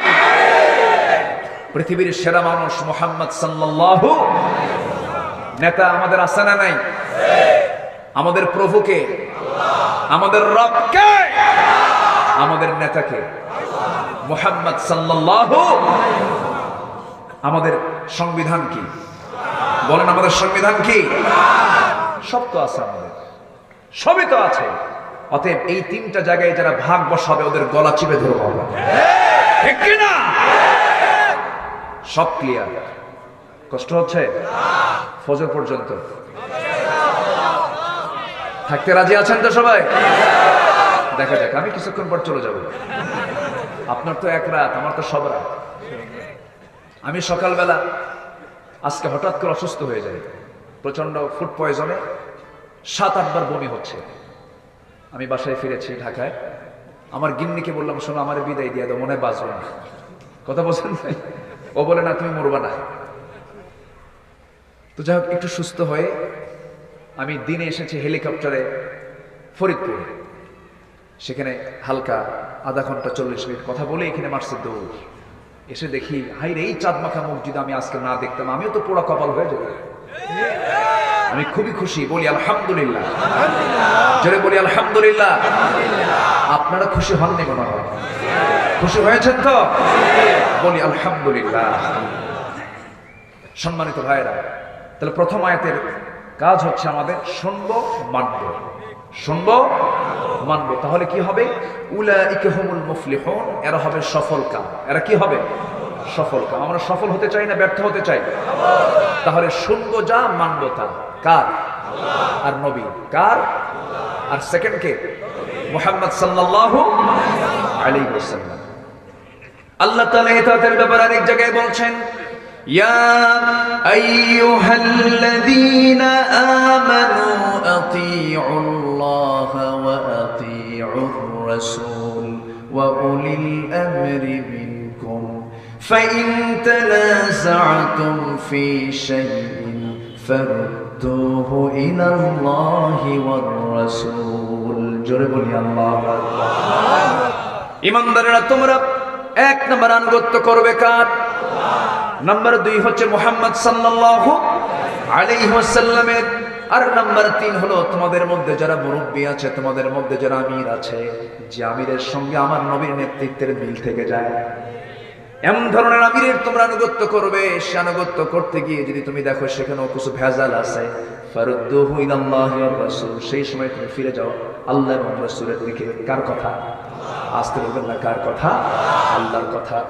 আনুগত্য ছাড়া ইসলাম নাই। আনুগত্য অবশ্যই করতে হবে। আনুগত্য ছাড়া আপনি ইসলামকে মানতে পারবেন না। কারণ ইমাম যদি রুকুতে যায়, আপনি যদি তার আগে সেজদায় যান, নামাজ হবে নাকি? নামাজ হবে? ইমাম রুকুতে আর মুসল্লি সেজদায় গেছে, নামাজ হবে? হবে না। ইমাম রুকুতে যাবেন, আপনি তার পরে রুকুতে যাবেন। ইমাম সেজদায় যাবেন, এরপরে আপনি সেজদায় যাবেন। নামাজ তো সবকিছু শিখায় দেয়। নামাজ নেতৃত্ব শিখায়। জোরে বলি আল্লাহু আকবার। এবং নেতৃত্ব আসবে হচ্ছে নামাজ থেকে। নেতৃত্ব আসবে কিসের থেকে? আর এখন নেতৃত্ব আসে কিসের থেকে? মারামারি থেকে। যে যত বড় উশৃঙ্খল হতে পারে, সে তত বড় নেতা হতে পারে, ঠিক কিনা? উশৃঙ্খল নেতৃত্ব আমরা দেখতে চাই না। আমরা দেখতে চাই বিনয়ী নেতা, ঠিক কিনা? কি নেতা দেখতে চাই আমরা? বিনয়ী। আল্লাহর বান্দা তো বিনয়ী হবে। আল্লাহ তাআলা বলেন, ওয়াইবাদুর রহমানিল্লাযীনা ইয়ামশুনা আলাল আরদি হাওনা ওয়া ইযা খাতাবাহুমুল জাহিলুনা ক্বালু সালামা والذين يبيتون لربهم سجدا وقياما والذين يقولون ربنا اصرف عنا عذاب جهنم إن عذابها كان غراما إنها ساءت مستقرا ومقاما জোরে বলি আল্লাহু আকবার। দুই একজন করে ওঠে কেন? কষ্ট হচ্ছে? একটু বসেন না। রহমানের যারা তার বান্দা, তারা বিনয়ী হবে। রাতে ঘুমাবে, আবার ইবাদত করবে। ঘুমাবে, আবার ইবাদত করবে। আগে ঘুমিয়ে পড়বে, আগে ঘুম থেকে উঠবে। আর যে পরে ঘুমাবে, ফজরও গেল, তাহাজ্জুদও গেল, ঠিক কিনা বলেন? আমরা আগে ঘুমাবো না পরে ঘুমাবো? আগে ঘুমায় নেব। আমার নবীজি এশা সালাতের পরে কোনো ক্রমেই দেরি করতেন না, তাড়াতাড়ি ঘুমিয়ে পড়তেন তাহাজ্জুদের জন্য, তাড়াতাড়ি ঘুমিয়ে পড়তেন ফজরের জন্য। আমরা তাড়াতাড়ি ঘুমাবো, তাহাজ্জুদ পড়বো, জোরে বলি ইনশাআল্লাহ। ফজর নামাজ না পড়লেও চলবে? হ্যাঁ, ফজর পড়ার দরকার আছে। কয়েকদিন আগে ভূমিকম্প হয়েছে ফজরের সময়, টের পাইছেন? টের পাইছেন? তো এই ভূমিকম্প কেন হলো, এই নিয়ে একটু চিন্তা করার দরকার আছে না? কেন হলো ভূমিকম্প? ভূমিকম্পের তো কারণ আছে। ধরুন একটা মানুষ বেখেয়াল হয়ে আছে, ধরেন উনি কোন একটা কাজে বেখেয়াল হয়ে আছে, তো পাশের লোকটা তখন কি করে, একটু ঝাঁকি দিয়ে বলে কোন দিকে তাকা, বলেন এরকম বলে না, বলে এটা হচ্ছে সতর্ক করা। তো ঠিক তেমনই আল্লাহ তাআলা মাঝে মাঝে কি দেন, এই যে একটা ঝাঁকি মারলো না, সেই ঝাঁকিটা হয়েছে কোন সময়, কোন সময়, ফজরের সময়। আমি নামাজ শেষ করেছি, আমি মুসাফির হালতে ছিলাম, তো নামাজটা শেষ করেই জাস্ট আমি, আমাদের দেশে তো এখন আমাদের বিষয়টা হলো, আমাদের দেশে তো ওয়াজ মাহফিল রাতেই হয়, আমাদের ঘুমটা হয় ফজরের পরে, একটু এলোমেলো, এটা এলোমেলো আসলে, এটা ইসলামের সিস্টেম না আসলে। তো ফজর পরে আমি যখন বালিশে মাথা রাখি, দেখি খাট নড়ে, তো বললাম খাট নড়ায় কে, এদিক সেদিক তাকায় না, কেউ তো নড়ায় না, দেখি সবই নড়ে। তখন আস্তে করে দাঁড়ালাম, দেখি যে মাথাও ঠিক থাকে না, ভাবলাম এই তো ভূমিকম্প শুরু হয়ে গেছে। মুহূর্তের মধ্যে আমার মানে স্মৃতিচারণ হচ্ছে, ইতিপূর্বে যত জাতিকে আল্লাহ পাক ধ্বংস করেছেন, ঘুমের ভিতরে ধ্বংস করেছেন, ভূমিকম্প দিয়ে ধ্বংস করেছেন। সম্মানিত ভাইয়েরা, এই ভূমিকম্প থেকে শিক্ষা নেওয়ার দরকার আছে না? এই ভূমিকম্প হবে না, আল্লাহ ভূমিকম্প দিবেন না আমরা যদি চারটা কাজ বন্ধ করে দিই। কয়টা কাজ বন্ধ করি? যে চারটা কাজ সমাজে আছে এই জন্য ভূমিকম্প হবে। এই চারটা কাজ যদি আমরা বন্ধ করে দিই, ভূমিকম্পের কারণ কয়টা বলেন তো, বলেন কয়টা? চারটা কাজ যদি আমরা বন্ধ করে দিই তাহলে ভূমিকম্প থাকবে না। শুনবেন? আগ্রহ আছে আপনাদের? নাম্বার 1 হলো মদ্যপান। মদের দোকান কি বাগেরহাটে নাই তো? না, বাগেরহাটে মদের দোকান আছে? ওনাকে জিজ্ঞাসা করেছি, উনি বলতে জানি না। মানে এটা তো সবাই তো জানবে না, যারা মানে কি কত কি বুঝতেছেন, যাদের দরকার হয় তারা জানবে। তো ওনার উত্তরটা রাইট আছে, উনি ওই দিক থেকে সেন্স ঠিক আছে, কারণ উনি ভুল করবেন না। আমি হ্যাঁ আছে, তাহলে তো কি আপনি কি জান নাকি, তাহলে পরে তো প্রশ্ন থেকে যায়, এই জন্য উনি হিকমতপূর্ণ জবাব দিয়েছেন। কিন্তু মদের দোকান আদৌ আছে না নাই? বলেন আসলে আছে না নাই? খুলনাতে প্রত্যেকটা এয়ারপোর্টে যারা হাজী সাহেবরা হজ করতে যান, হাজী সাহেবের চোখের সামনে মদের বোতল ঝুলায় রাখে। মদের বোতলগুলো আছে না নাই? আছে। মদ খাওয়া কি আসতে কম কেন? আরো জোরে, আরো জোরে। এটা হারাম করেছেন একদিন আগে না ১৫০০ বছর আগে? ১৫০০ বছর আগে। মদ হারাম, শয়তানের কাজ। কার কাজ? মিন আমালিশ শাইতান ফাজতানিবু, শয়তানের কাজ, এগুলো ছেড়ে দাও। সেই মদ আজকে অ্যাভেলেবেল হয়ে গেছে, ঠিক কি না? এখন মদটা কিন্তু অ্যাভেলেবেল, অনেক এলিট শ্রেণী মদ্যপান করছে। নাম্বার 2 হলো জেনা। নাম্বার 2 কি? জেনা। জেনার পরিমাণ কমছে না বাড়ছে? বিয়ে বেশি না আজকে জেনা বেশি? বলেন বলেন, বিয়ে বেশি না জেনা বেশি? পরকীয়ার পরিমাণ কমেছে না বেড়েছে? কয়েকদিন আগে কিশোরগঞ্জের করিমগঞ্জে এক মহিলা, একটা মা পরকীয়া করতে গিয়ে পরকীয়াকে টিকে রাখার জন্য নিজের মেয়েকে খুন করেছে। অনেক বাবা পরকীয়াকে টিকে রাখার জন্য ছেলেকে হত্যা করছে। তাহলে জমিন ভূমিকম্পের জন্য উপযুক্ত হয়ে গেছে আজ।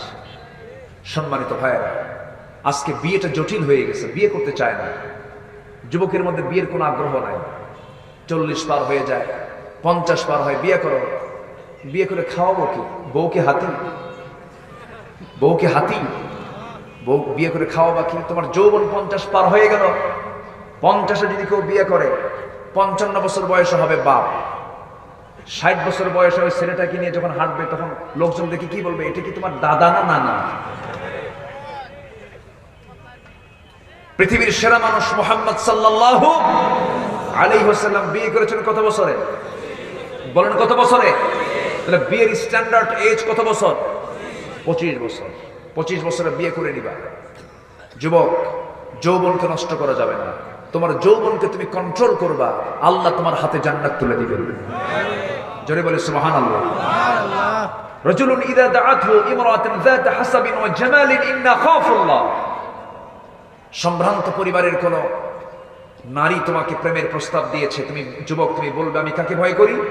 আল্লাহকে ভয় করি। আল্লাহ বলছেন আমি তাকে আরশের ছায়ার নিচে স্থান দিয়ে দেব রে। জোরে বলে সুবহানাল্লাহ। আজকে কলেজ পড়ুয়া ছেলেরা ইউনিভার্সিটি পড়ুয়া ছেলেদের গার্লফ্রেন্ড আছে না নাই? আবার ছাত্রীদেরও বয়ফ্রেন্ড আছে না নাই? এর শর্ট ভার্সন হলো বিএফ জিএফ, না? বিএফ আর জিএফ। তোমার কি জিএফ আছে? বন্ধু কয় নাই। তো তুই তো এই যুগের মানুষই না। এরকম আলাপচারিতা যুবকদের মধ্যে আছে না নাই? এগুলো নোংরামি, এগুলো করা যাবে না। আচ্ছা, প্রেমটা হবে বিয়ের আগে না বিয়ের পরে? এখন প্রেম হয় কখন? হ্যাঁ, এটা কি সোজা কাম হলো না উল্টা কাম হলো? উল্টা কাম হলো। আচ্ছা, এগুলো কি বন্ধ হবে ওয়াজ কইরা, না লাঠির দরকার? লাঠির দরকার আছে না নাই? আছে না নাই? যেখানে জোড়া জোড়া পাওয়া যাবে, পিছনে কয়েকটা পেটন মারলে সোজা হয়ে যাবে। পারিবারিক শাসনের দরকার, সামাজিক শাসনের দরকার, রাষ্ট্রীয় শাসন দরকার। কলেজের ক্যাম্পাসগুলোতে বেহায়ার মতো বসে থাকে। ছাত্রের উরুতে বসে থাকে, শুয়ে থাকে মেয়ে, মেয়ের উরুতে বসে থাকে ছাত্র। ঘন্টার পরে ঘন্টা কুটকুট করে বাদাম খায়, সকাল থেকে সন্ধ্যা পর্যন্ত ডিউটি মারে। পাশে দিয়ে শিক্ষক যায় আর বলে, ভালো করে প্রেম করে, আমারও করে আসছে। আছে না নাই? এগুলো বললেই তো আমরা দোষী হইলাম নাকি প্রগতি বিরোধী। এগুলোর নাম কি প্রগতি না দুর্গতি? প্রগতি না দুর্গতি? এগুলো কি নাজাত না বিপদ? এগুলো বিপদ।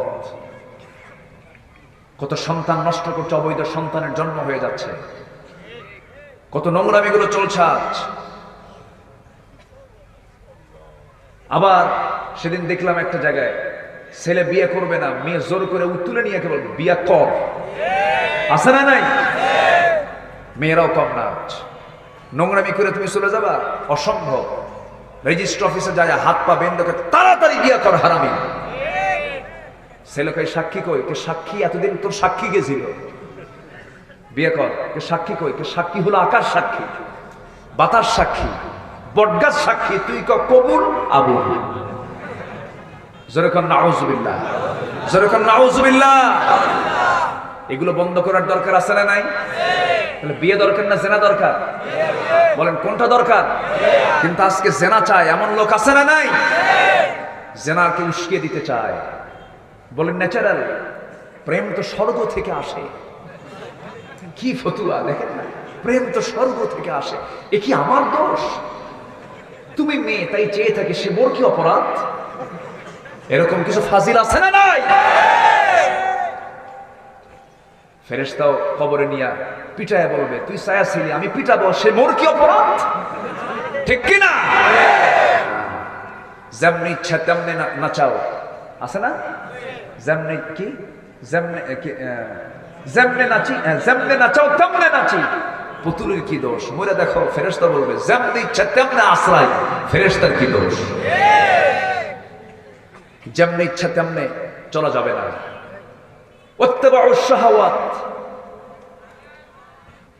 যারা নফসের দাসত্ব করবে, ফাসাউফা ইয়ালকাউনা গায়্যা, আল্লাহ তাদেরকে শুধু জাহান্নাম দিবেন না, জাহান্নামের সবচেয়ে নিকৃষ্ট জায়গা গাই নামক দোজখে আল্লাহ পাক তাদেরকে ঢুকাবেন। আমার ভাইরা, নফসের দাস হব না আল্লাহর দাস হব? নফস তো খারাপ কিছু চায়। গাই হলো জাহান্নামের সবচেয়ে নিকৃষ্ট একটা জায়গা। যে গাই দোজখ, যে গাই গর্তকে জাহান্নাম নিজেও ভয় পায়, এত ভয়ানক জায়গা। সেই জায়গা থেকে বাঁচার জন্য আমরা নফসকে পাত্তা দেব না। আমরা নফসের দাস হব না আল্লাহর দাস হব? আস্তে বলুন, কার দাস হব? ভূমিকম্পের কারণ কয়টা? কয়টা কারণ বলেন? কয়টা বলেছি? নাম্বার 1 কি? মদ অ্যাভেলেবেল হয়ে যাওয়া। নাম্বার 2 হলো জেনার পরিমাণ বেড়ে যাওয়া। যুবকরা বিয়ে করতে চাইলে বিয়ে করবা, বাপ মাকে বলবা সোজা আব্বা বিয়ে করে। কি কথা বুঝতেছেন কি? সোজা বলবেন, যৌবনকে নষ্ট করবেন না। আমার কথায় কি আপনারা একমত? সবাইকে একমত? বিয়ে করে নেবেন। নিজের চরিত্রকে অক্ষুণ্ণ রাখার একমাত্র উপায় হলো বিয়ে করা। আমি এই কথাটা বলি এই জন্য অনেক গার্জিয়ানরাও এই বিষয়ে কেয়ারফুল হন না। গার্জিয়ানরাও ওয়েট করেন, বাবা তুই পড়া শেষ কর, এমফিল কর, পিএইচডি কর, বুড়ো হ, এরপরে বিয়ে কর। এরকম অবিবেচক কিছু বাবা আছে না নাই? যুবকরা আজকে খুব খুশি, হুজুর ভালো কিরকম, আব্বা কথা শোনে না। দেখছেন ঠিক, বুড়ো চাচাও কয় ঠিক। কি কষ্ট পাচ্ছেন নাকি আপনারা? আমার নবীর সামনে ইসলাম তো সুন্দর। আমার নবী ফাতিমাকে বিয়ে দিয়েছেন বুড়া বয়সে, হ্যাঁ? তারপরে কি বলে আলীকে বিয়ে দিয়েছেন বুড়া বয়সে না, সময় হয়ে গেছে বিয়ে দিয়ে দিয়েছেন। তাও বিয়ে দিয়েছেন তার মেয়ে ফাতিমাকে ধনীর সাথে না গরিবের সাথে? বলেন, ফাতিমাকে বিয়ে দিয়েছেন ধনীর সাথে না গরিবের সাথে? কোন গরিব জানেন? যে গরিবের বাড়ি নাই, যে গরিবের বাড়ি নাই। রাসূল বললেন আমার মেয়ে ফাতিমাকে বিয়ে দেব, কে আছো? কে আছো বিয়ে করবা? ধনী ধনী সাহাবীরা আসতেছে, হুজুর আমি বিয়ে করতে চাই, নট এলাও, যাও। সব সাহাবী ঘুরে সব ব্যর্থ হয়ে চলে গেছে। ফাতিমার মতো মেয়ে যদি আমি স্ত্রী বানাতে পারি, জীবনটা ধন্য। সাইয়্যিদাতুন নিসাই আহলিল জান্নাহ ফাতিমা। আল্লাহু আকবার। কেউ সুযোগ পেল না, সবার প্রপোজ রাসূল প্রত্যাখ্যান করেছেন। অপেক্ষায় আছেন রাসূল, তার পছন্দের লোক আসে না কেন? সবাই এবার বলছে আলী যাও। আমি যাবো কেমনে, আমি প্রস্তাব দেবো কেমনে? মেয়েটা যে বিয়ে করবো তুই আর রাখবো কোথায়, ঘরই তো নাই। কেন তুমি যাও তো দেখি, মনে হয় রাসূল পছন্দ করতেও পারে। আচ্ছা যাই দেখি, একটা পরীক্ষা দেই, যদি কামিয়াবি আসে আসলো। চলে গেলেন, নবীর সামনে গিয়ে বসে আছেন। রাসূল বলেন আলী তুমি কিছু বলবা? হুজুর কি যে কব নিজেও জানি না। রাসূল বললেন তুমি কি বিয়ে করবা? বিয়ে কি করবা আমার মেয়েকে? হুজুর দিলে করা যায়। সুবহানাল্লাহ বলবেন না? দিলে করা যায়। রাসূল বললেন বিয়ে করবা, টাকা পয়সা আছে? হুজুর টাকা পয়সা পাবেন কোথায়, বাড়ি তো নাই আমার। তাহলে তো কিছু টাকা তো লাগবে, কিছুই কি নাই তোমার কাছে? কি এই যে তরবারি, এই যে ঢাল, এইটা আমার সংসার। আপনি যখন ডাক দেন তখন চলে যাই যুদ্ধে, এই তো আমার কাম। আসাদুল্লাহিল গালিব, জোরে বলেন সুবহানাল্লাহ। রাসূল বললেন তাহলে তো তরবারি লাগবে, ঢাল ছাড়াও যুদ্ধ চলে, ঢালটা বেঁচে আসো। ঢালটা বিক্রি করতে গেলেন, ঢাল বিক্রি করতে যায় কাস্টমার পেলেন সাইয়েদনা ওসমান রাদিয়াল্লাহু আনহুকে, নবীজির বড় জামাই, জিন্নুরাইন, দুটা মেয়ের জামাই থেকে। সুবহানাল্লাহ। ওসমান বলছেন আলী সকালবেলা সাত সকালে তুমি বাজারে এই কি বলে ঢাল বিক্রি করতে আসছো কেন? তোমার হাতে ঢাল না থাকলে মানায়? সমস্যা কি? কে বিপদে পড়ে গেছে? কি আমার বিয়ে ঠিক হয়েছে। কার সাথে? আপনার শালীর সাথে। আল্লাহু আকবার বলবেন না? খুব খুশি হলেন, বললেন তাই তুমি তোমার হবু ভাইরা হবে? তাহলে ঠিক আছে ঢালটা দাও, আমি কিনে নিলাম। কিনে নেওয়ার পর ঢাল হাতের মধ্যে নিয়ে কয়েক হাত সামনে আগায় গেছেন আলী। পিছন থেকে বলছেন আলী আসাদুল্লাহিল গালিবের হাতে কি ঢাল না থাকলে মানায়? আমি তোমাকে এটা গিফট করলাম। জোরে বলেন সুবহানাল্লাহ। বিক্রি হলো, আবার টাকাও পেলেন, আবার ঢালটাও ফেরত পেলেন। নবীর সামনে দাঁড়ালেন, নবীর সামনে দাঁড়িয়ে বলছেন ইয়া রাসূলুল্লাহ আমি এসেছি আপনার কাছে, সবকিছু ঠিকঠাক হয়ে গেছে, বিক্রি করে আসছে। রাসূল বলেন বিক্রি কেমনে হলো? এই যে ঢাল তোমার হাতেই তো আছে হুজুর, বিক্রি করেছে, উপহারও পাইছে। কে কিনছিল? ওসমান। লোক আর খুঁজে পাওয়া নাই। সুবহানাল্লাহ। আমি আমার ওসমানকে বলতেই পারলাম না, তার আগেই তুমি বলে আসলে। আমি ওসমানকে বলতে পারলাম না, তুমি আগেই বলে আসলে। ঠিক আছে আলী বিয়ে হবে, ভালো কথা, আমি বিয়ে দিচ্ছি। দেখি আমার মেয়েকে গিয়ে বলি। মেয়েকে বললাম, মেয়েকে রাসূল বললেন মা আমি তোমাকে এমন একটা ছেলে দেব যার ঘর নাই বাড়ি নাই, কিন্তু ঈমানটা সবচাইতে মজবুত। জোরে বলুন সুবহানাল্লাহ। ঈমানটা খুব মজবুত মা। আমি তোমাকে আজকে, এতদিন তুমি আমার অধীনে ছিলে, এখন তোমার স্বামীর অধীনে চলে যাচ্ছ, যাও স্বামীর ঘরে চলে যাবে, কিন্তু একটা কথা জেনে রেখে দিও, মৃত্যুর দিন পর্যন্ত যেন স্বামীর বিরুদ্ধে একটা নালিশ আমার কানে যেন না আসে। যেরকম সুবহানাল্লাহ। কোন একদিন দিনের বেলা ফাতিমা রাদিয়াল্লাহু তাআলা আনহা নবীর ঘরে এসে নামাজে দাঁড়িয়ে গেলেন, বসে বসে নামাজ পড়ছেন। নবীজিকে পেয়ে তিনি বসে বসে নামাজ পড়ছিলেন। অল্প বয়স্ক মহিলা বসে বসে নামাজ পড়ছেন কেন? রাসূল তাকে নামাজের পরে ধরে ফেললেন। ধরে ফেলে বললেন ও আমার মেয়ে ফাতিমা, তোমার তো এমন করে সালাত পড়া উচিত নয়, তোমাকে দাঁড়িয়ে দাঁড়িয়ে নামাজ পড়া উচিত ছিল, তুমি কেন বসে বসে নামাজ পড়ো? এটা তো উচিত নয়। তিনি বলছেন আব্বাজান আপনি তো আমাকে বলেছেন স্বামীর কোনো দুর্নাম করা যাবে না, স্বামীর বিরুদ্ধে কোনো আচরণ করা যাবে না, আপনি আমার পরনে যে জামাটা দেখতেছেন সেই জামার পিছন দিকে একটু সেনাযুক্ত অংশ আছে। আমি যদি দাঁড়িয়ে দাঁড়িয়ে নামাজ পড়তে যাই, সেরাটুকু অংশ আপনার দৃষ্টিগোচর হয়ে যাবে।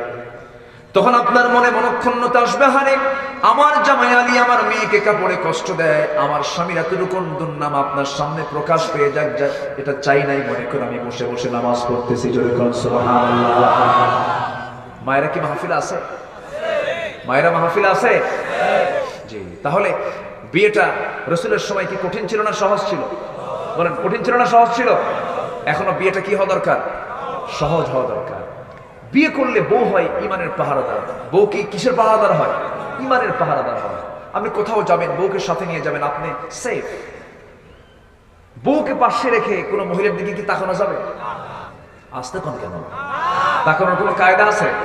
বউ পাশে রেখে যদি কোনো হঠাৎ করে কোনো যদি স্বামী যদি কোনো মহিলার দিকে ছায়া থাকে 30 সেকেন্ড, যদি এই দৃশ্য যদি বউ দেখতে পারে, ওই সময় কিছু না বললেও, হয়তো বাড়িতে আসছেন, বাড়িতে আসার পর হয়তো ডাকতেছেন সুইটির মা, এদিকে আসলে তোর সুইটির মা, ঠিক কিনা? এক ধমকে সিট করে ফেলে দিয়ে বলবে তোমার নজর আগে ঠিক করো। এই জন্য বইয়ের দরকার আছে না নাই? আসতে বলবেন না, আছে না নাই? আল্লাহ তুমি যুবকদেরকে বোঝার তৌফিক দাও। জোরে বলি আমিন। ভূমিকম্পের কারণ কয়টা বলছিলাম? এরপর আমি আমার লাইনের দিকে আসতেছি।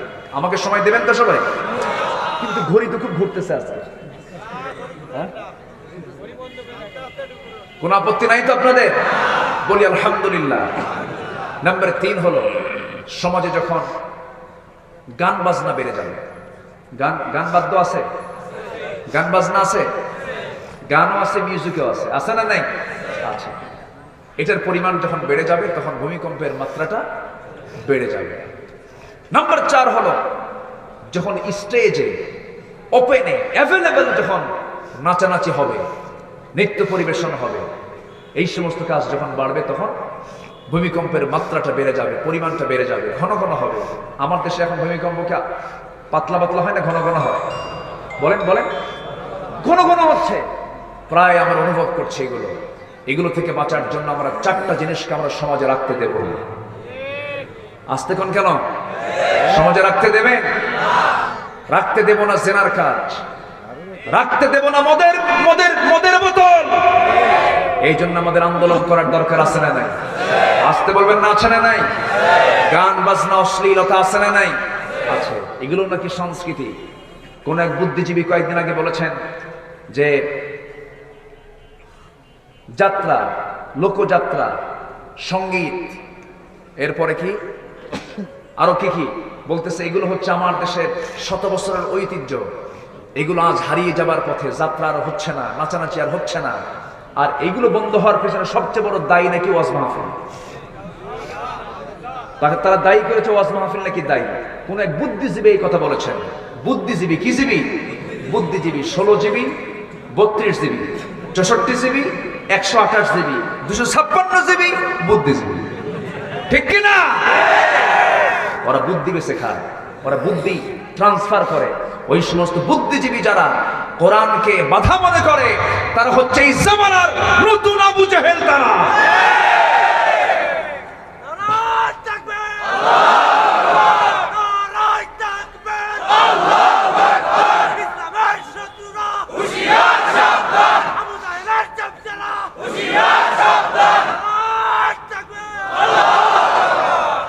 ভালো চালু হবে, মন্দ বন্ধ হবে। তাআওয়ানু আলাল বিররি ওয়াত তাকওয়া। যুব সমাজ মাহফিলটা ডেকেছে, এই জায়গায় কোনো যাত্রা হবে না, ঠিক কি না?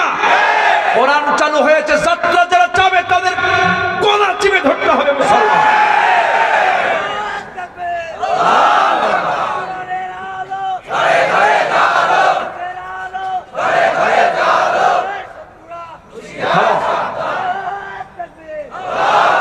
বসো, দাঁড়ায় গেছে আমার দিকে তাকান।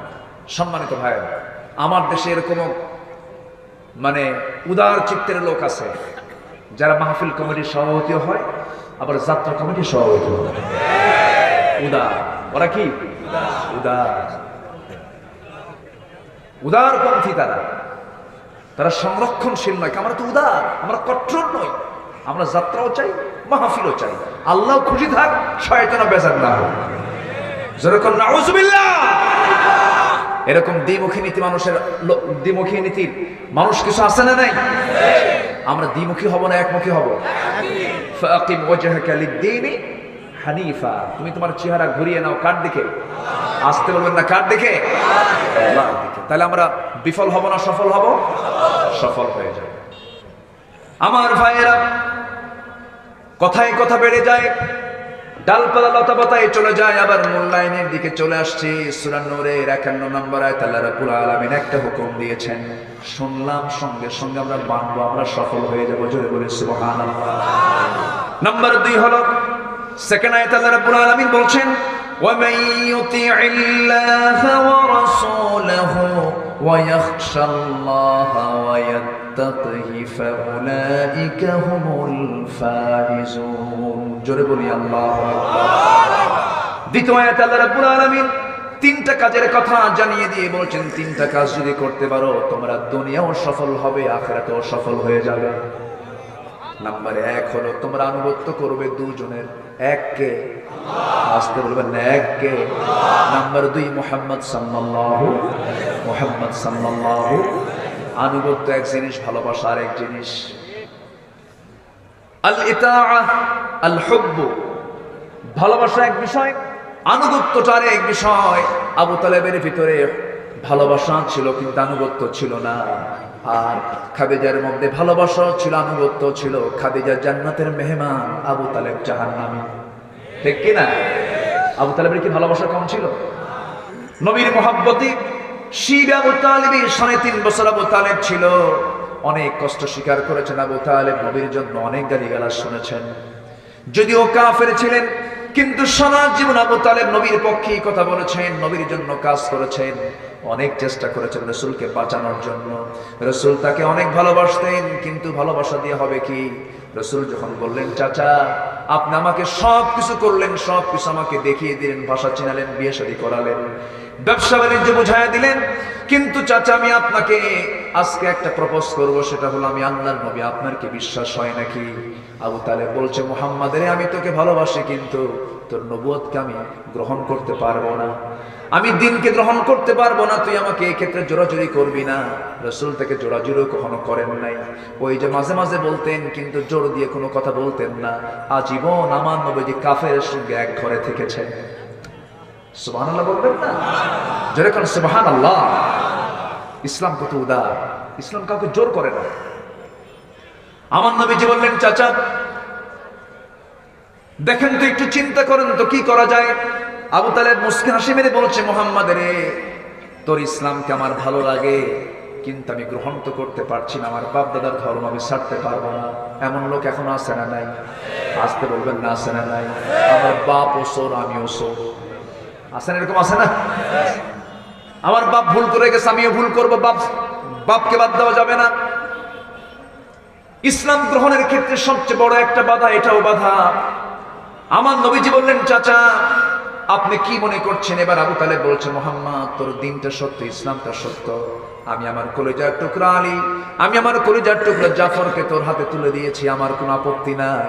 রাসূল বলছেন, জাফর যাবে জাফরের কবরে, আলী যাবে আলীর কবরে। ও চাচা আমি রাসূল যাব আমার কবরে, কেউ কারো কোনো কিছু করতে পারবে না, একমাত্র সে কামিয়াব হবে তার ঈমানের দ্বারা, আনুগত্যের দ্বারা। কার আনুগত্য? আল্লাহর আনুগত্য। আবু তালেব শেষ পর্যন্ত ইসলাম কবুল করতে পারেন নাই, বেঈমান হয়ে দুনিয়া থেকে বিদায় নিয়েছেন। কারণ হেদায়েতের মালিক কে? আসতে বলবেন না, কে? হেদায়েত দিবেন কে? হেদায়েত চাইবো আমরা কার কাছে? হেদায়েতটা চাবো কোন পথের জন্য বলেন? সিরাতুল, বলেন সিরাতুল, সবাই বলেন ইহদিনাস সিরাতাল মুস্তাকিম সিরাতাল্লাযীনা আন'আমতা আলাইহিম গায়রিল মাগদুবি আলাইহিম ওয়ালাদ-দাল্লিন। জোরে বলেন, আরো জোরে। সিরাতুল মুস্তাকিমটা কি?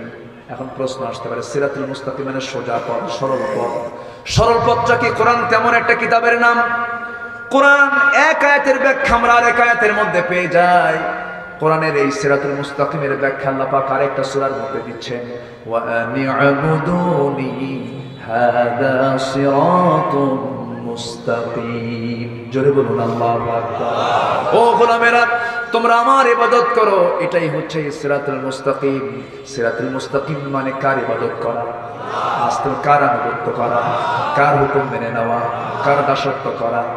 ওমাইয়ুতিল্লাহ ওয়া রাসূলহু, যারা আল্লাহ এবং রাসূলের যারা আনুগত্য করবে, এক নাম্বার কাজ আনুগত্য থাকতে হবে, ভালোবাসাও থাকতে হবে। ভালোবাসারও প্রয়োজন আছে না নাই? আসতে বলবেন না, আছে না নাই? রাসূলকে ভালোবাসবো বাপ মার চাইতে কম না বেশি, পৃথিবীর সকল নেতার চাইতে কম না বেশি, নিজের জীবনের চাইতে কম না বেশি। সাহাবীরা কি কম বেসেছেন না বেশি বেসেছেন? বদরের দিকে তাকান, উহুদের দিকে তাকান, খন্দকের দিকে তাকান। বদর যুদ্ধের দিন একটা সাহাবীর কথা আমার প্রায় মনে পড়ে যায়। একজন সাহাবী বদর যুদ্ধের দিন আমার নবীর নেতৃত্ব গ্রহণ করে 1 বছর মাত্র গিয়েছে মদিনার সফর, মদিনার হিজরত। 1 বছর যেতে না যেতে আবু জেহেলরা আমার নবীর দাওয়াতের দিনকে ধ্বংস করার জন্য যখন 1000 সৈন্য নিয়ে মদিনার দিকে রওনা করলো, বদর নামক প্রান্তরে যখন হাজির হয়ে গেল, রাসূল বলেন, সাহাবীরা রোজা ভেঙে ফেলে দাও, আমার সঙ্গে সবাই তোমরা যুদ্ধে রওনা দিয়ে দাও। সাহাবে কেরামকে নিয়ে রওনা করলেন। সেই বদর যুদ্ধের দিনে সব সাহাবী দেখতে পাচ্ছেন, আমার বাপ আসছে, আমার চাচা আসছে, আমার ভাই আসছে, আমার ভাতিজা আসছে, আমার ছেলে আসছে, আমার বংশের লোকগুলো এসেছে। কিন্তু এই যে দ্বন্দ্ব, এই দ্বন্দ্বটা হলো একমাত্র দ্বন্দ্ব হলো কার ইবাদত করা, কার আনুগত্য করা। ওই কাফেররা আল্লাহকে মেনে নেয় নাই, রাসূলকে মেনে নেয় নাই, কিন্তু তারা তাদের আপন ভাই, তাদের আপন চাচা, তারা তাদের একই বংশের মানুষ। যুদ্ধের ময়দানে দেখা হয়ে গেল, সাহাবীরা রাসূলকে ভালোবেসেছেন, আনুগত্য করেছেন। তার বড় প্রমাণ দেখেন উবাইদা ইবনে জাররাহ কি করলেন বদরের প্রান্তরে।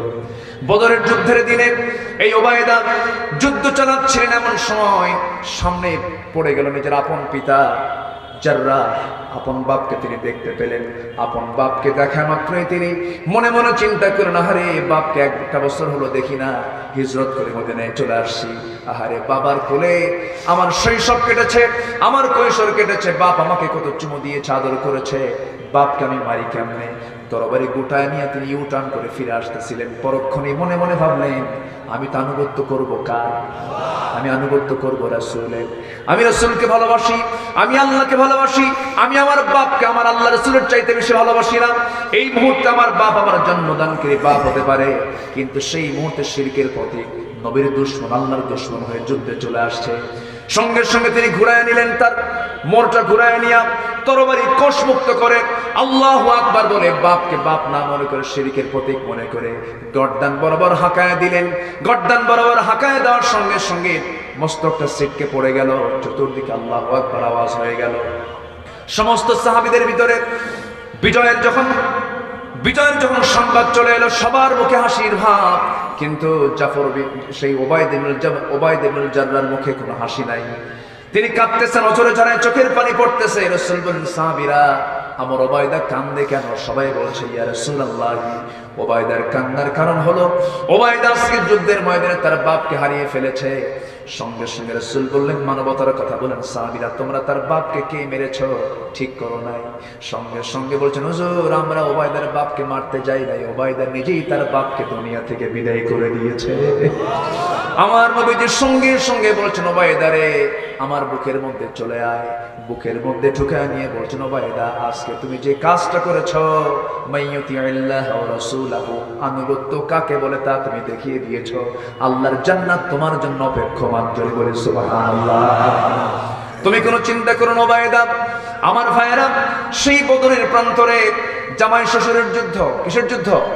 জামাই শ্বশুরের যুদ্ধে একটাই শুধু এখানে দ্বন্দ্ব, সেটা হলো আমরা আনুগত্য করেছি কার? আমরা আনুগত্য করবো কার? ইবাদত করবো কার? আমার নবীজি যুদ্ধের ময়দানের সামনে দাঁড়িয়ে আছেন। বদর যুদ্ধে মুসলমানদের বিজয় এসেছে। 14 জন সাহাবী শাহাদাত বরণ করেছেন। 14 জন সাহাবীর শাহাদাতের মধ্য দিয়া 70 জন কাফের জাহান্নামে চলে গেছে। আবু জেহেল, উতবা, সাইবা, মুগিরা, ওয়ালিদ সব কাটা কাফের বদরের কুয়ার মধ্যে সব চলে গেছে। 70 জন বন্দী হয়ে গেছে। আমার নবীজি সাহাবে কেরামকে নিয়ে বিজয়ের পতাকা নিয়ে মদিনার দিকে ফিরে আসতেছিলেন, তৎক্ষণাৎ দেখতে পেলেন 70 জন কাফের যখন বন্দী হলো, যুদ্ধে বন্দির সিস্টেম হলো মুক্তিপণ দিয়ে তাদের মুক্তিপণ নিয়ে মুক্তি দেওয়া। এমন সময় 70 জনকে সাহাবীরা পিঠমোড়া দিয়ে বেঁধে কাউকে খেজুর দেয়, কাউকে রুটি দেয়। নবীর কাছে এসে বলছে, ইয়া রাসূলুল্লাহ, যতগুলো বন্দী আমরা আজকে ধরে এনেছি সব তো আমাদের আত্মীয় স্বজন, তবে আপনার জামাইটাও আছে। আমার নবীর জামাই আছে, বড় জামাই। তাও ছোট জামাই না বড় জামাই? বড় জামাই। আমার নবীর বড় জামাইও ধরা পড়ে গেছেন। ওই বন্দীদের তালিকায় আমার নবীর বড় জামাইও পড়ে গেছে। আমার নবীর আপন চাচা আব্বাস রাদিয়াল্লাহু তাআলা সেই সময় মুসলমান নয়, তাকেও ধরে ফেলেছে সাহাবীরা ধরে পিঠ মোড়া দিয়ে এই দুজনকে স্পেশাল মেহমান করে তারা বিশেষ বন্দী মনে করে তাদের দড়িটা বাঁধনটা একটু নরম করে দিয়েছে, আর খাবারটা খেজুর না দিয়ে উন্নত মানের তারা রুটি 2টা করে দিয়েছে। রাসূলের সামনে এসে বলছে, ইয়া রাসূলুল্লাহ, আপনার তো বড় জামাই, আমরা কেমন করে তাকে শক্ত করে দড়ি বাঁধি, নরম করে দড়ি বেঁধে দিয়েছি, এবং সঙ্গে সঙ্গে আমরা তাদেরকে রুটির বরাদ্দ করেছি। জামাই মানুষ, সম্মান তো আছে না? সম্মান তো আছে।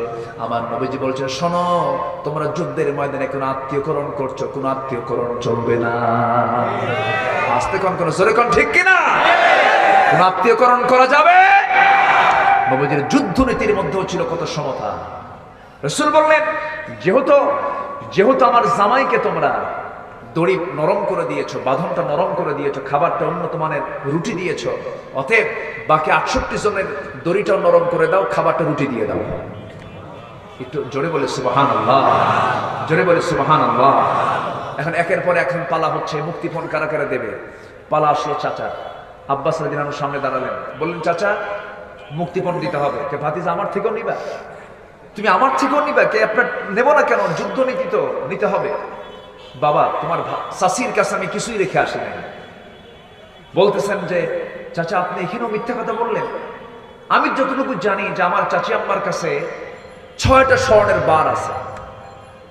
আব্বাস রাদিয়াল্লাহু আনহু বলছেন, মুহাম্মদ, এই সংবাদ তোমাকে কে দিল?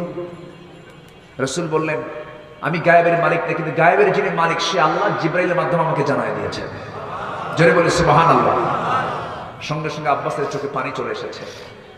আব্বাস রাদিয়াল্লাহু আনহু সঙ্গে সঙ্গে বলছেন, ভাতিজা মুহাম্মদ, আর দেরি নয়, তুমি আমাকে পড়িয়ে দাও, আশহাদু আল্লা ইলাহা ইল্লাল্লাহু ওয়াহদাহু লা শারীকা লাহু ওয়া আশহাদু আন্না মুহাম্মাদান আবদুহু ওয়া রাসূলুহু।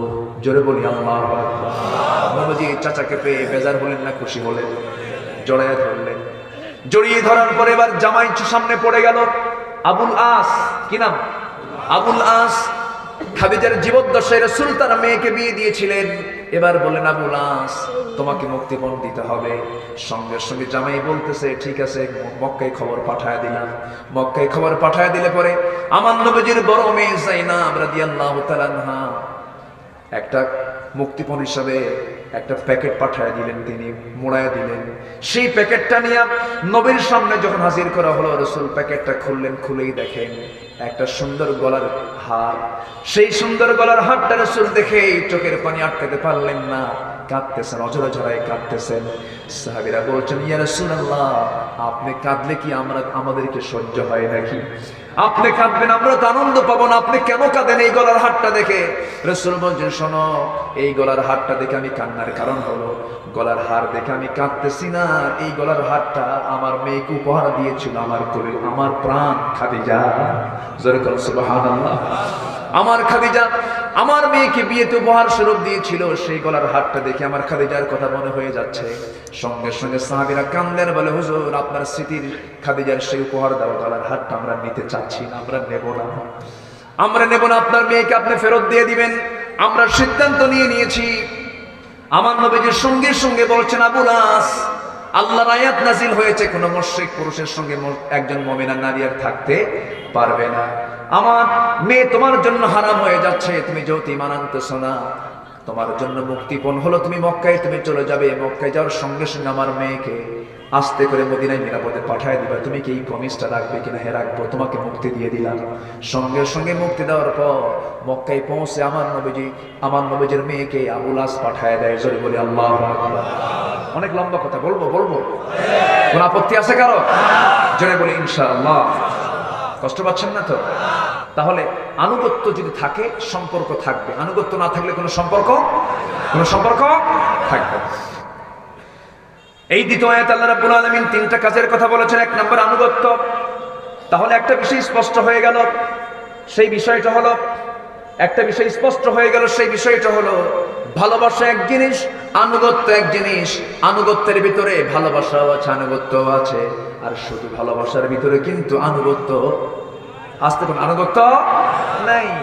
ভালোবাসায় আনুগত্য করা যায় না, কিন্তু আনুগত্য করলে ভালোবাসা এসে যায়। যদি আলহামদুলিল্লাহ, জোরে বলি আলহামদুলিল্লাহ। তাহলে আমরা আনুগত্য করবো কার? আসতে বলবেন না কার? এক জায়গায় না সব জায়গায়? আজান শোনা মাত্রই যাবো কোথায়?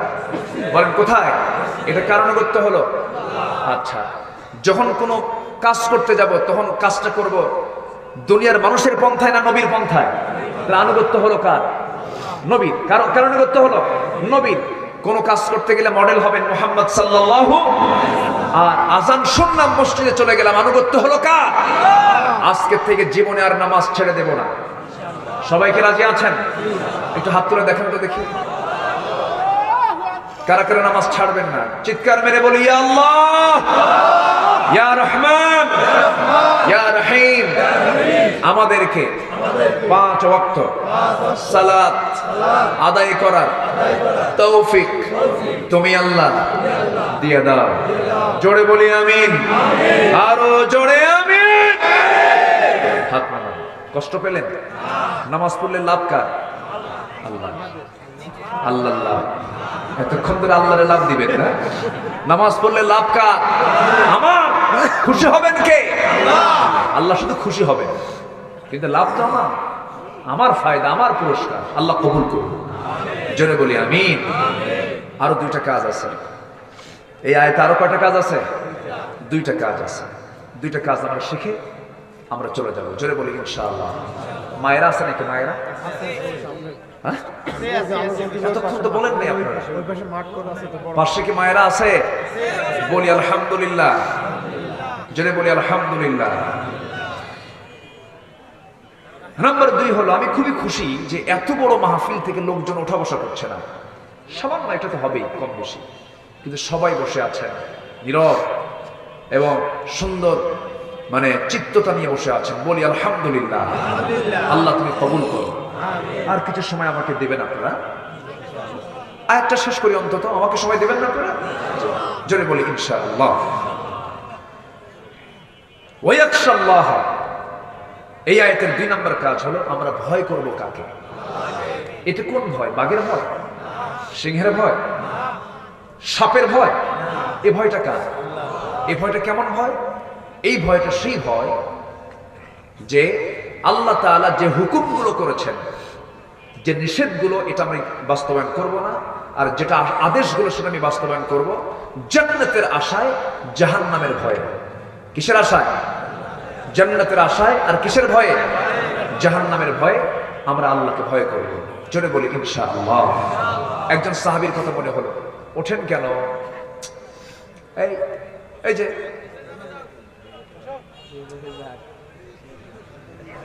কোন নাম্বার টাম্বার নাই, একটু কষ্ট করে বসি না? আমরা যখন যারা হজে গেছি, তাই না?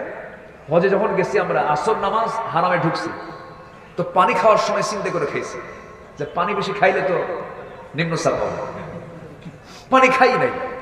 ওই যে হজে, আপনি হজে গেছেন তো? আচ্ছা, হজে জানবেন। মানে ওখানে ঢুকলে কিন্তু উজু করার একটা বিশাল, মানে বের হওয়া কঠিন, ঢোকাও কঠিন। তো জমজম পানিও রেডি সামনে, জমজম পানি আছে, বাট খাওয়ার কোনো উপায় নাই, খাইলেই তো নিম্নচাপ। কথা বোঝেন ভাই? তো মাহফিলে যখন আমরা বসি, প্রিপারেশন নিয়ে বসবো যেন না ওঠা লাগে, ঠিক আছে না?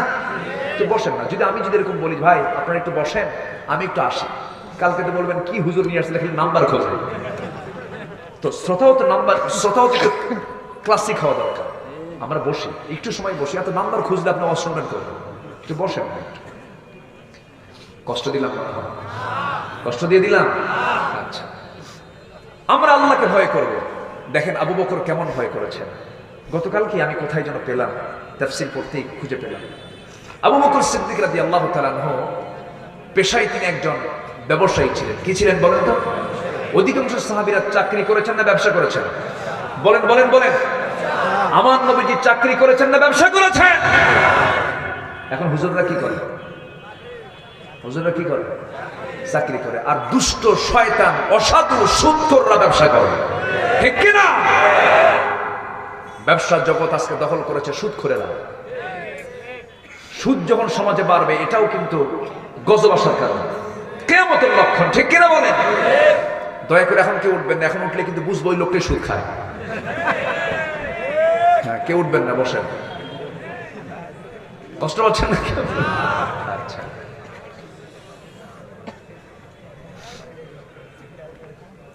আমরা কাকে ভয় পাই বলেন তো? আল্লাহকে। সাইয়েদনা আবু বকর ব্যবসায়ী ছিলেন না সুদখোর ছিলেন? আবু জেহেল কি ছিল? ব্যবসায়ী না সুদখোর? ওর ব্যবসা ছিল, ওর কাজই ছিল সুদ খাওয়া। আর বলতো সুদের পক্ষে, ইন্নাল বাই'a কামিসলির রিবা, ব্যবসা তো সুদের মতোই।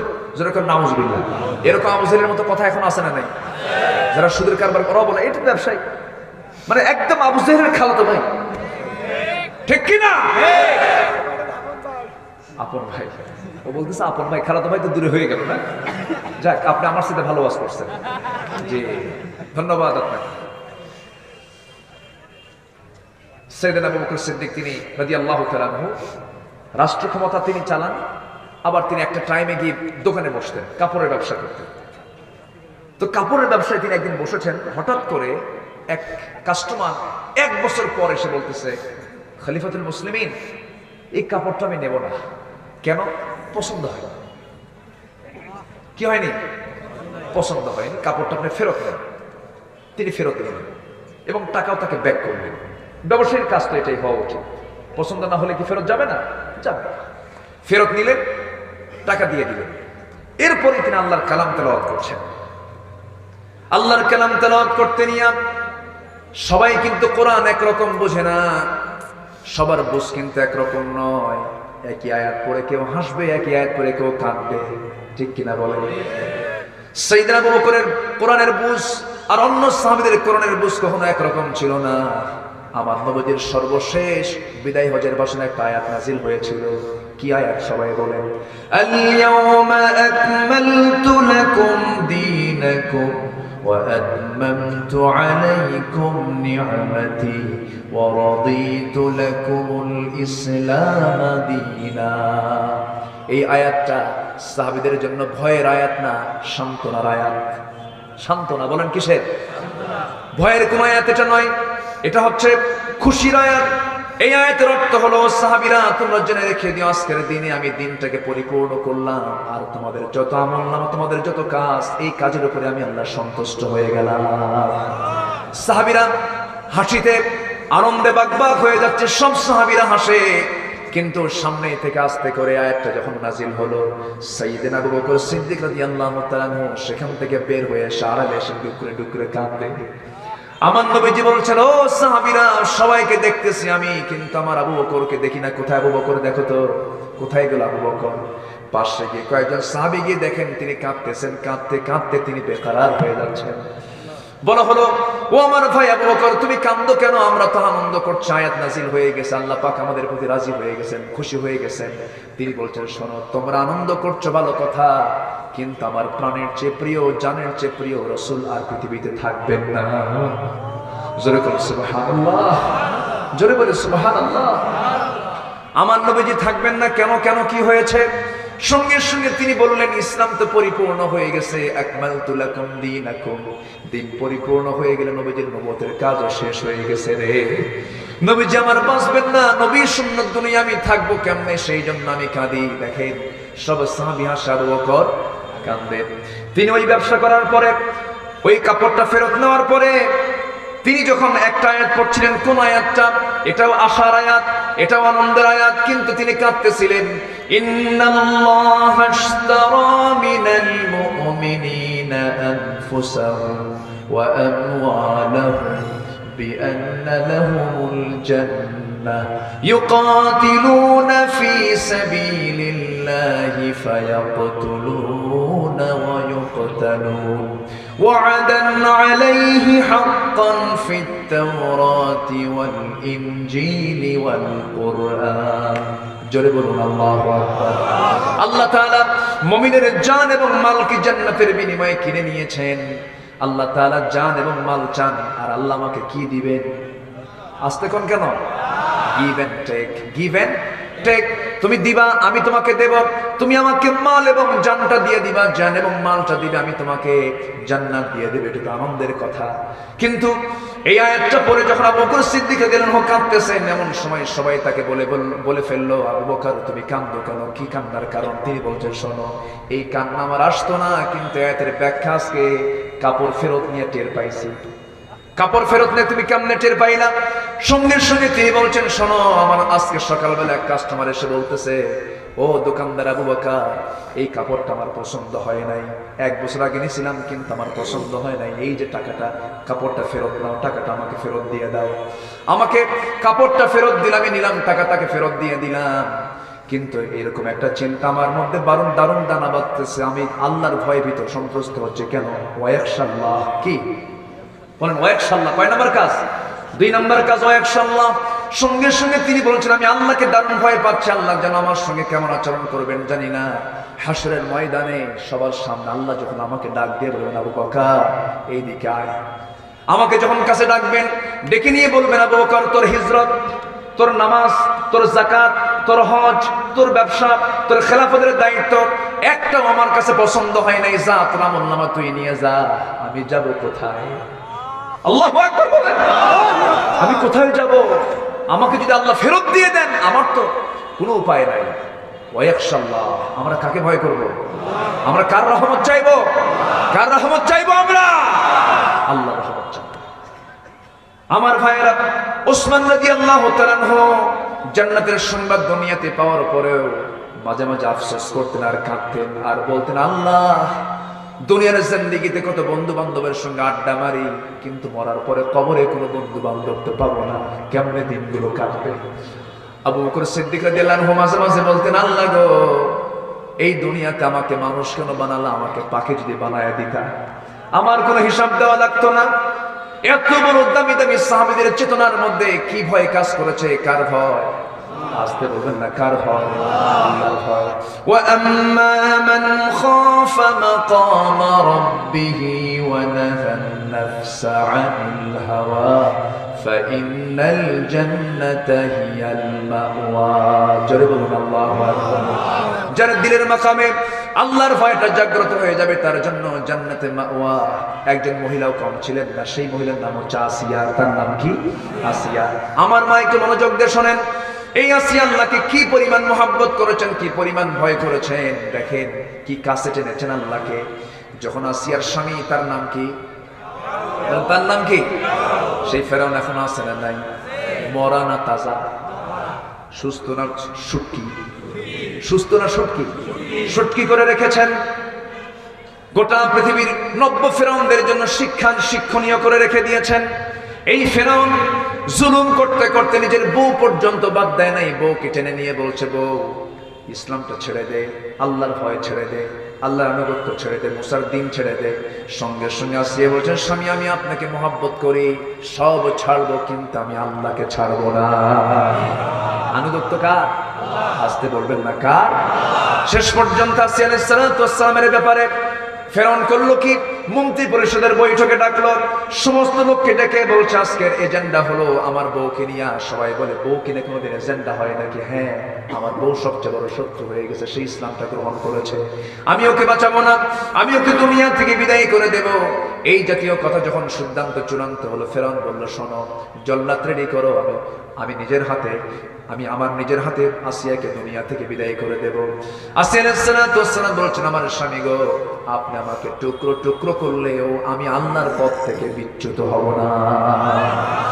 শেষ পর্যন্ত ইবনে কাসির সহ অধিকাংশ তাফসীরে এসেছে, আসিয়া আলাইহিস সালাতু ওয়াস সালামকে জল্লাদ কর্তৃক তাকে শক্ত করে বেঁধে দেওয়া হলো, লোহার চিরুনি মাথায় লেগে দেওয়া হলো, লোহার চিরুনি দিয়ে টেনে টেনে মাথার চামড়াগুলোকে টেনে টেনে তিলে তিলে নিচের দিকে নিয়ে আসা হয়। আর বলে, আসিয়া এখনো সময় আছে, কি করবি বল। আসিয়ার মুখে একটাই কথা, সব ছাড়বো কিন্তু আমার দয়ার আল্লাহকে ছাড়বো না। যেরকম সুবহানাল্লাহ, আর সুবহানাল্লাহ। এবং আসিয়া সেই সময় ওই ক্রাইসিস পিরিয়ডে আল্লাহকে ছেড়েছেন। ওই ক্রাইসিস পিরিয়ডে আল্লাহকে আরো বেশি করে ডেকে নিয়ে বলছেন, এমন সুন্দর ডাক দিলেন আল্লাহ পাক বলছেন, ও দুনিয়ার মানুষেরা, আমার আসিয়া হলো তাওরাত কিতাবের অনুসারী।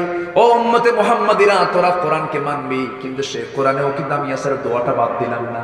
আমি আসিয়ার দোয়াটা কোট করে দিয়ে জানিয়ে দিচ্ছি। আসিয়া আলাইহিস সালাতু ওয়াস সালাম কি দোয়া করেছেন, কি জামিউল কালাম, এত সুন্দর দোয়া, মজবুত দোয়া পৃথিবীর দ্বিতীয় কোনো মানুষ করতে পারে নাই। কি সুন্দর দোয়া, এত সুন্দর করে তিনি সেই সময় বলছেন, রব্বি বিনিলি ইনদাকা বাইতান ফিল জান্নাহ ওয়া নাজ্জিনি মিন ফিরআউনা ওয়া আমালিহি। জোরে বলুন আল্লাহু আকবার। ও আল্লাহ, তুমি আমাকে বানিয়ে দাও বাইতান, এক বচন, একটা ঘর। তিনি চেয়েছেন কয়টা ঘর? তুমি আমাকে জান্নাতের মধ্যে একটা ঘর দিবা, কিন্তু সেই ঘরটা হতে হবে তোমার ঘরের সাথে। সুবহানাল্লাহ বলবেন না? তোমার ঘরের সাথে আমি ঘরটা দেখতে চাই আল্লাহ। এমন একটা ঘর তুমি আমাকে দিয়ে দিবে, আমার কোনো দুঃখ নাই। আমাকে ফেরাউন মেরে ফেলতেছে, আল্লাহ তুমি আমাকে ফেরাউনের অপকর্ম থেকে বাঁচাও, আর তোমার ঘরের সঙ্গে একটা ঘর বানাইয়া দাও। যেরকম সুবহানাল্লাহ। ভালোবাসবো কাকে, আনুগত্য করব কার, এবং ভয় করব জীবনের সকল জায়গায় কার? নাম্বার 3 হলো ওয়াত্তাকিহি, এবং আমরা আল্লাহকে ভয় করব। তাকওয়া, এখানে ওয়াত্তাকিহি এবং ওয়াকশার মধ্যে তফাৎ হলো। তাকওয়া শব্দটার মূল শব্দ হলো ওয়াকিয়ুন। ওয়াকিয়ুন মানে বেঁচে থাকা। বেঁচে থাকা মানে সকল প্রকার হারাম কাজ থেকে যে বান্দা নিজেকে বেঁচে রাখতে পারে, সেই হলো মুত্তাকি। সে কি বলেন? মুত্তাকি। আপনি গ্রামের বাঁশঝাড়ের ভিতরে দৌড় মারতে নিয়ে যদি চোখ বন্ধ করে দৌড় মারেন, আপনার চোখ আক্রান্ত হবে, আপনার হাত আক্রান্ত হবে, আপনার চামড়া আক্রান্ত হবে, আপনি অসুস্থ হয়ে পড়বেন। দুনিয়ার একটা বাঁশঝাড়ের ভিতরে আপনি এক পাশ থেকে অন্য পাশে যাওয়ার জন্য যেমন আস্তে আস্তে করে হিসাব করে করে ডালপালাগুলো সরায় সরায় আস্তে আস্তে যেমন এক পাশ থেকে আরেক পাশে যেতে হয়, তেমনি দুনিয়ার জিন্দেগিতে যে বান্দা সামনে চলতে নিয়ে হালালকে হালাল জায়গায় রেখে হারামকে হারাম বর্জন করে দিয়ে যে হালালকে গ্রহণ করবে, সেই বান্দার নাম হলো মুত্তাকি। জোরে বলি সুবহানাল্লাহ। কয়টা কাজ শিখলাম? দ্বিতীয় আয়াতে কয়টা কাজ শিখলাম? আর প্রথম আয়াতে একটা কাজ। মোট কয়টা কাজ বলেন? মোট কয়টা কাজ? শুনবো, মানবো, কোনো যুক্তি তর্ক করব না। তাহলে আমি বিফল হব না সফল হব? দ্বিতীয় আয়াতে আমরা আনুগত্য করব দুজনের। এক নাম্বার কে? নাম্বার 2 মুহাম্মদ সাল্লাল্লাহু। আচ্ছা, এটা হচ্ছে একটা কাজ। দ্বিতীয় কাজ হচ্ছে আমরা ভয় করব কাকে? আর নাম্বার 3 হলো সকল প্রকার হারাম কাজ বর্জন করব। কার জন্য? আল্লাহর জন্য। এই 3টা কাজ এবং প্রথমের একটা কাজ, এই 4টা কাজ যদি তোমরা করতে পারো, আল্লাহ তাআলা রেজাল্টের সঙ্গে সঙ্গে জানিয়ে দিয়ে বলছেন, ফাউলাইকা হুমুল ফাইজুন। জেনে রেখো, এই সমস্ত বান্দারাই আমার দৃষ্টিতে সফল। জোরে বলি সুবহানাল্লাহ। আল্লাহ কবুল করুন, আল্লাহ কবুল করুন, আল্লাহ কবুল করুন।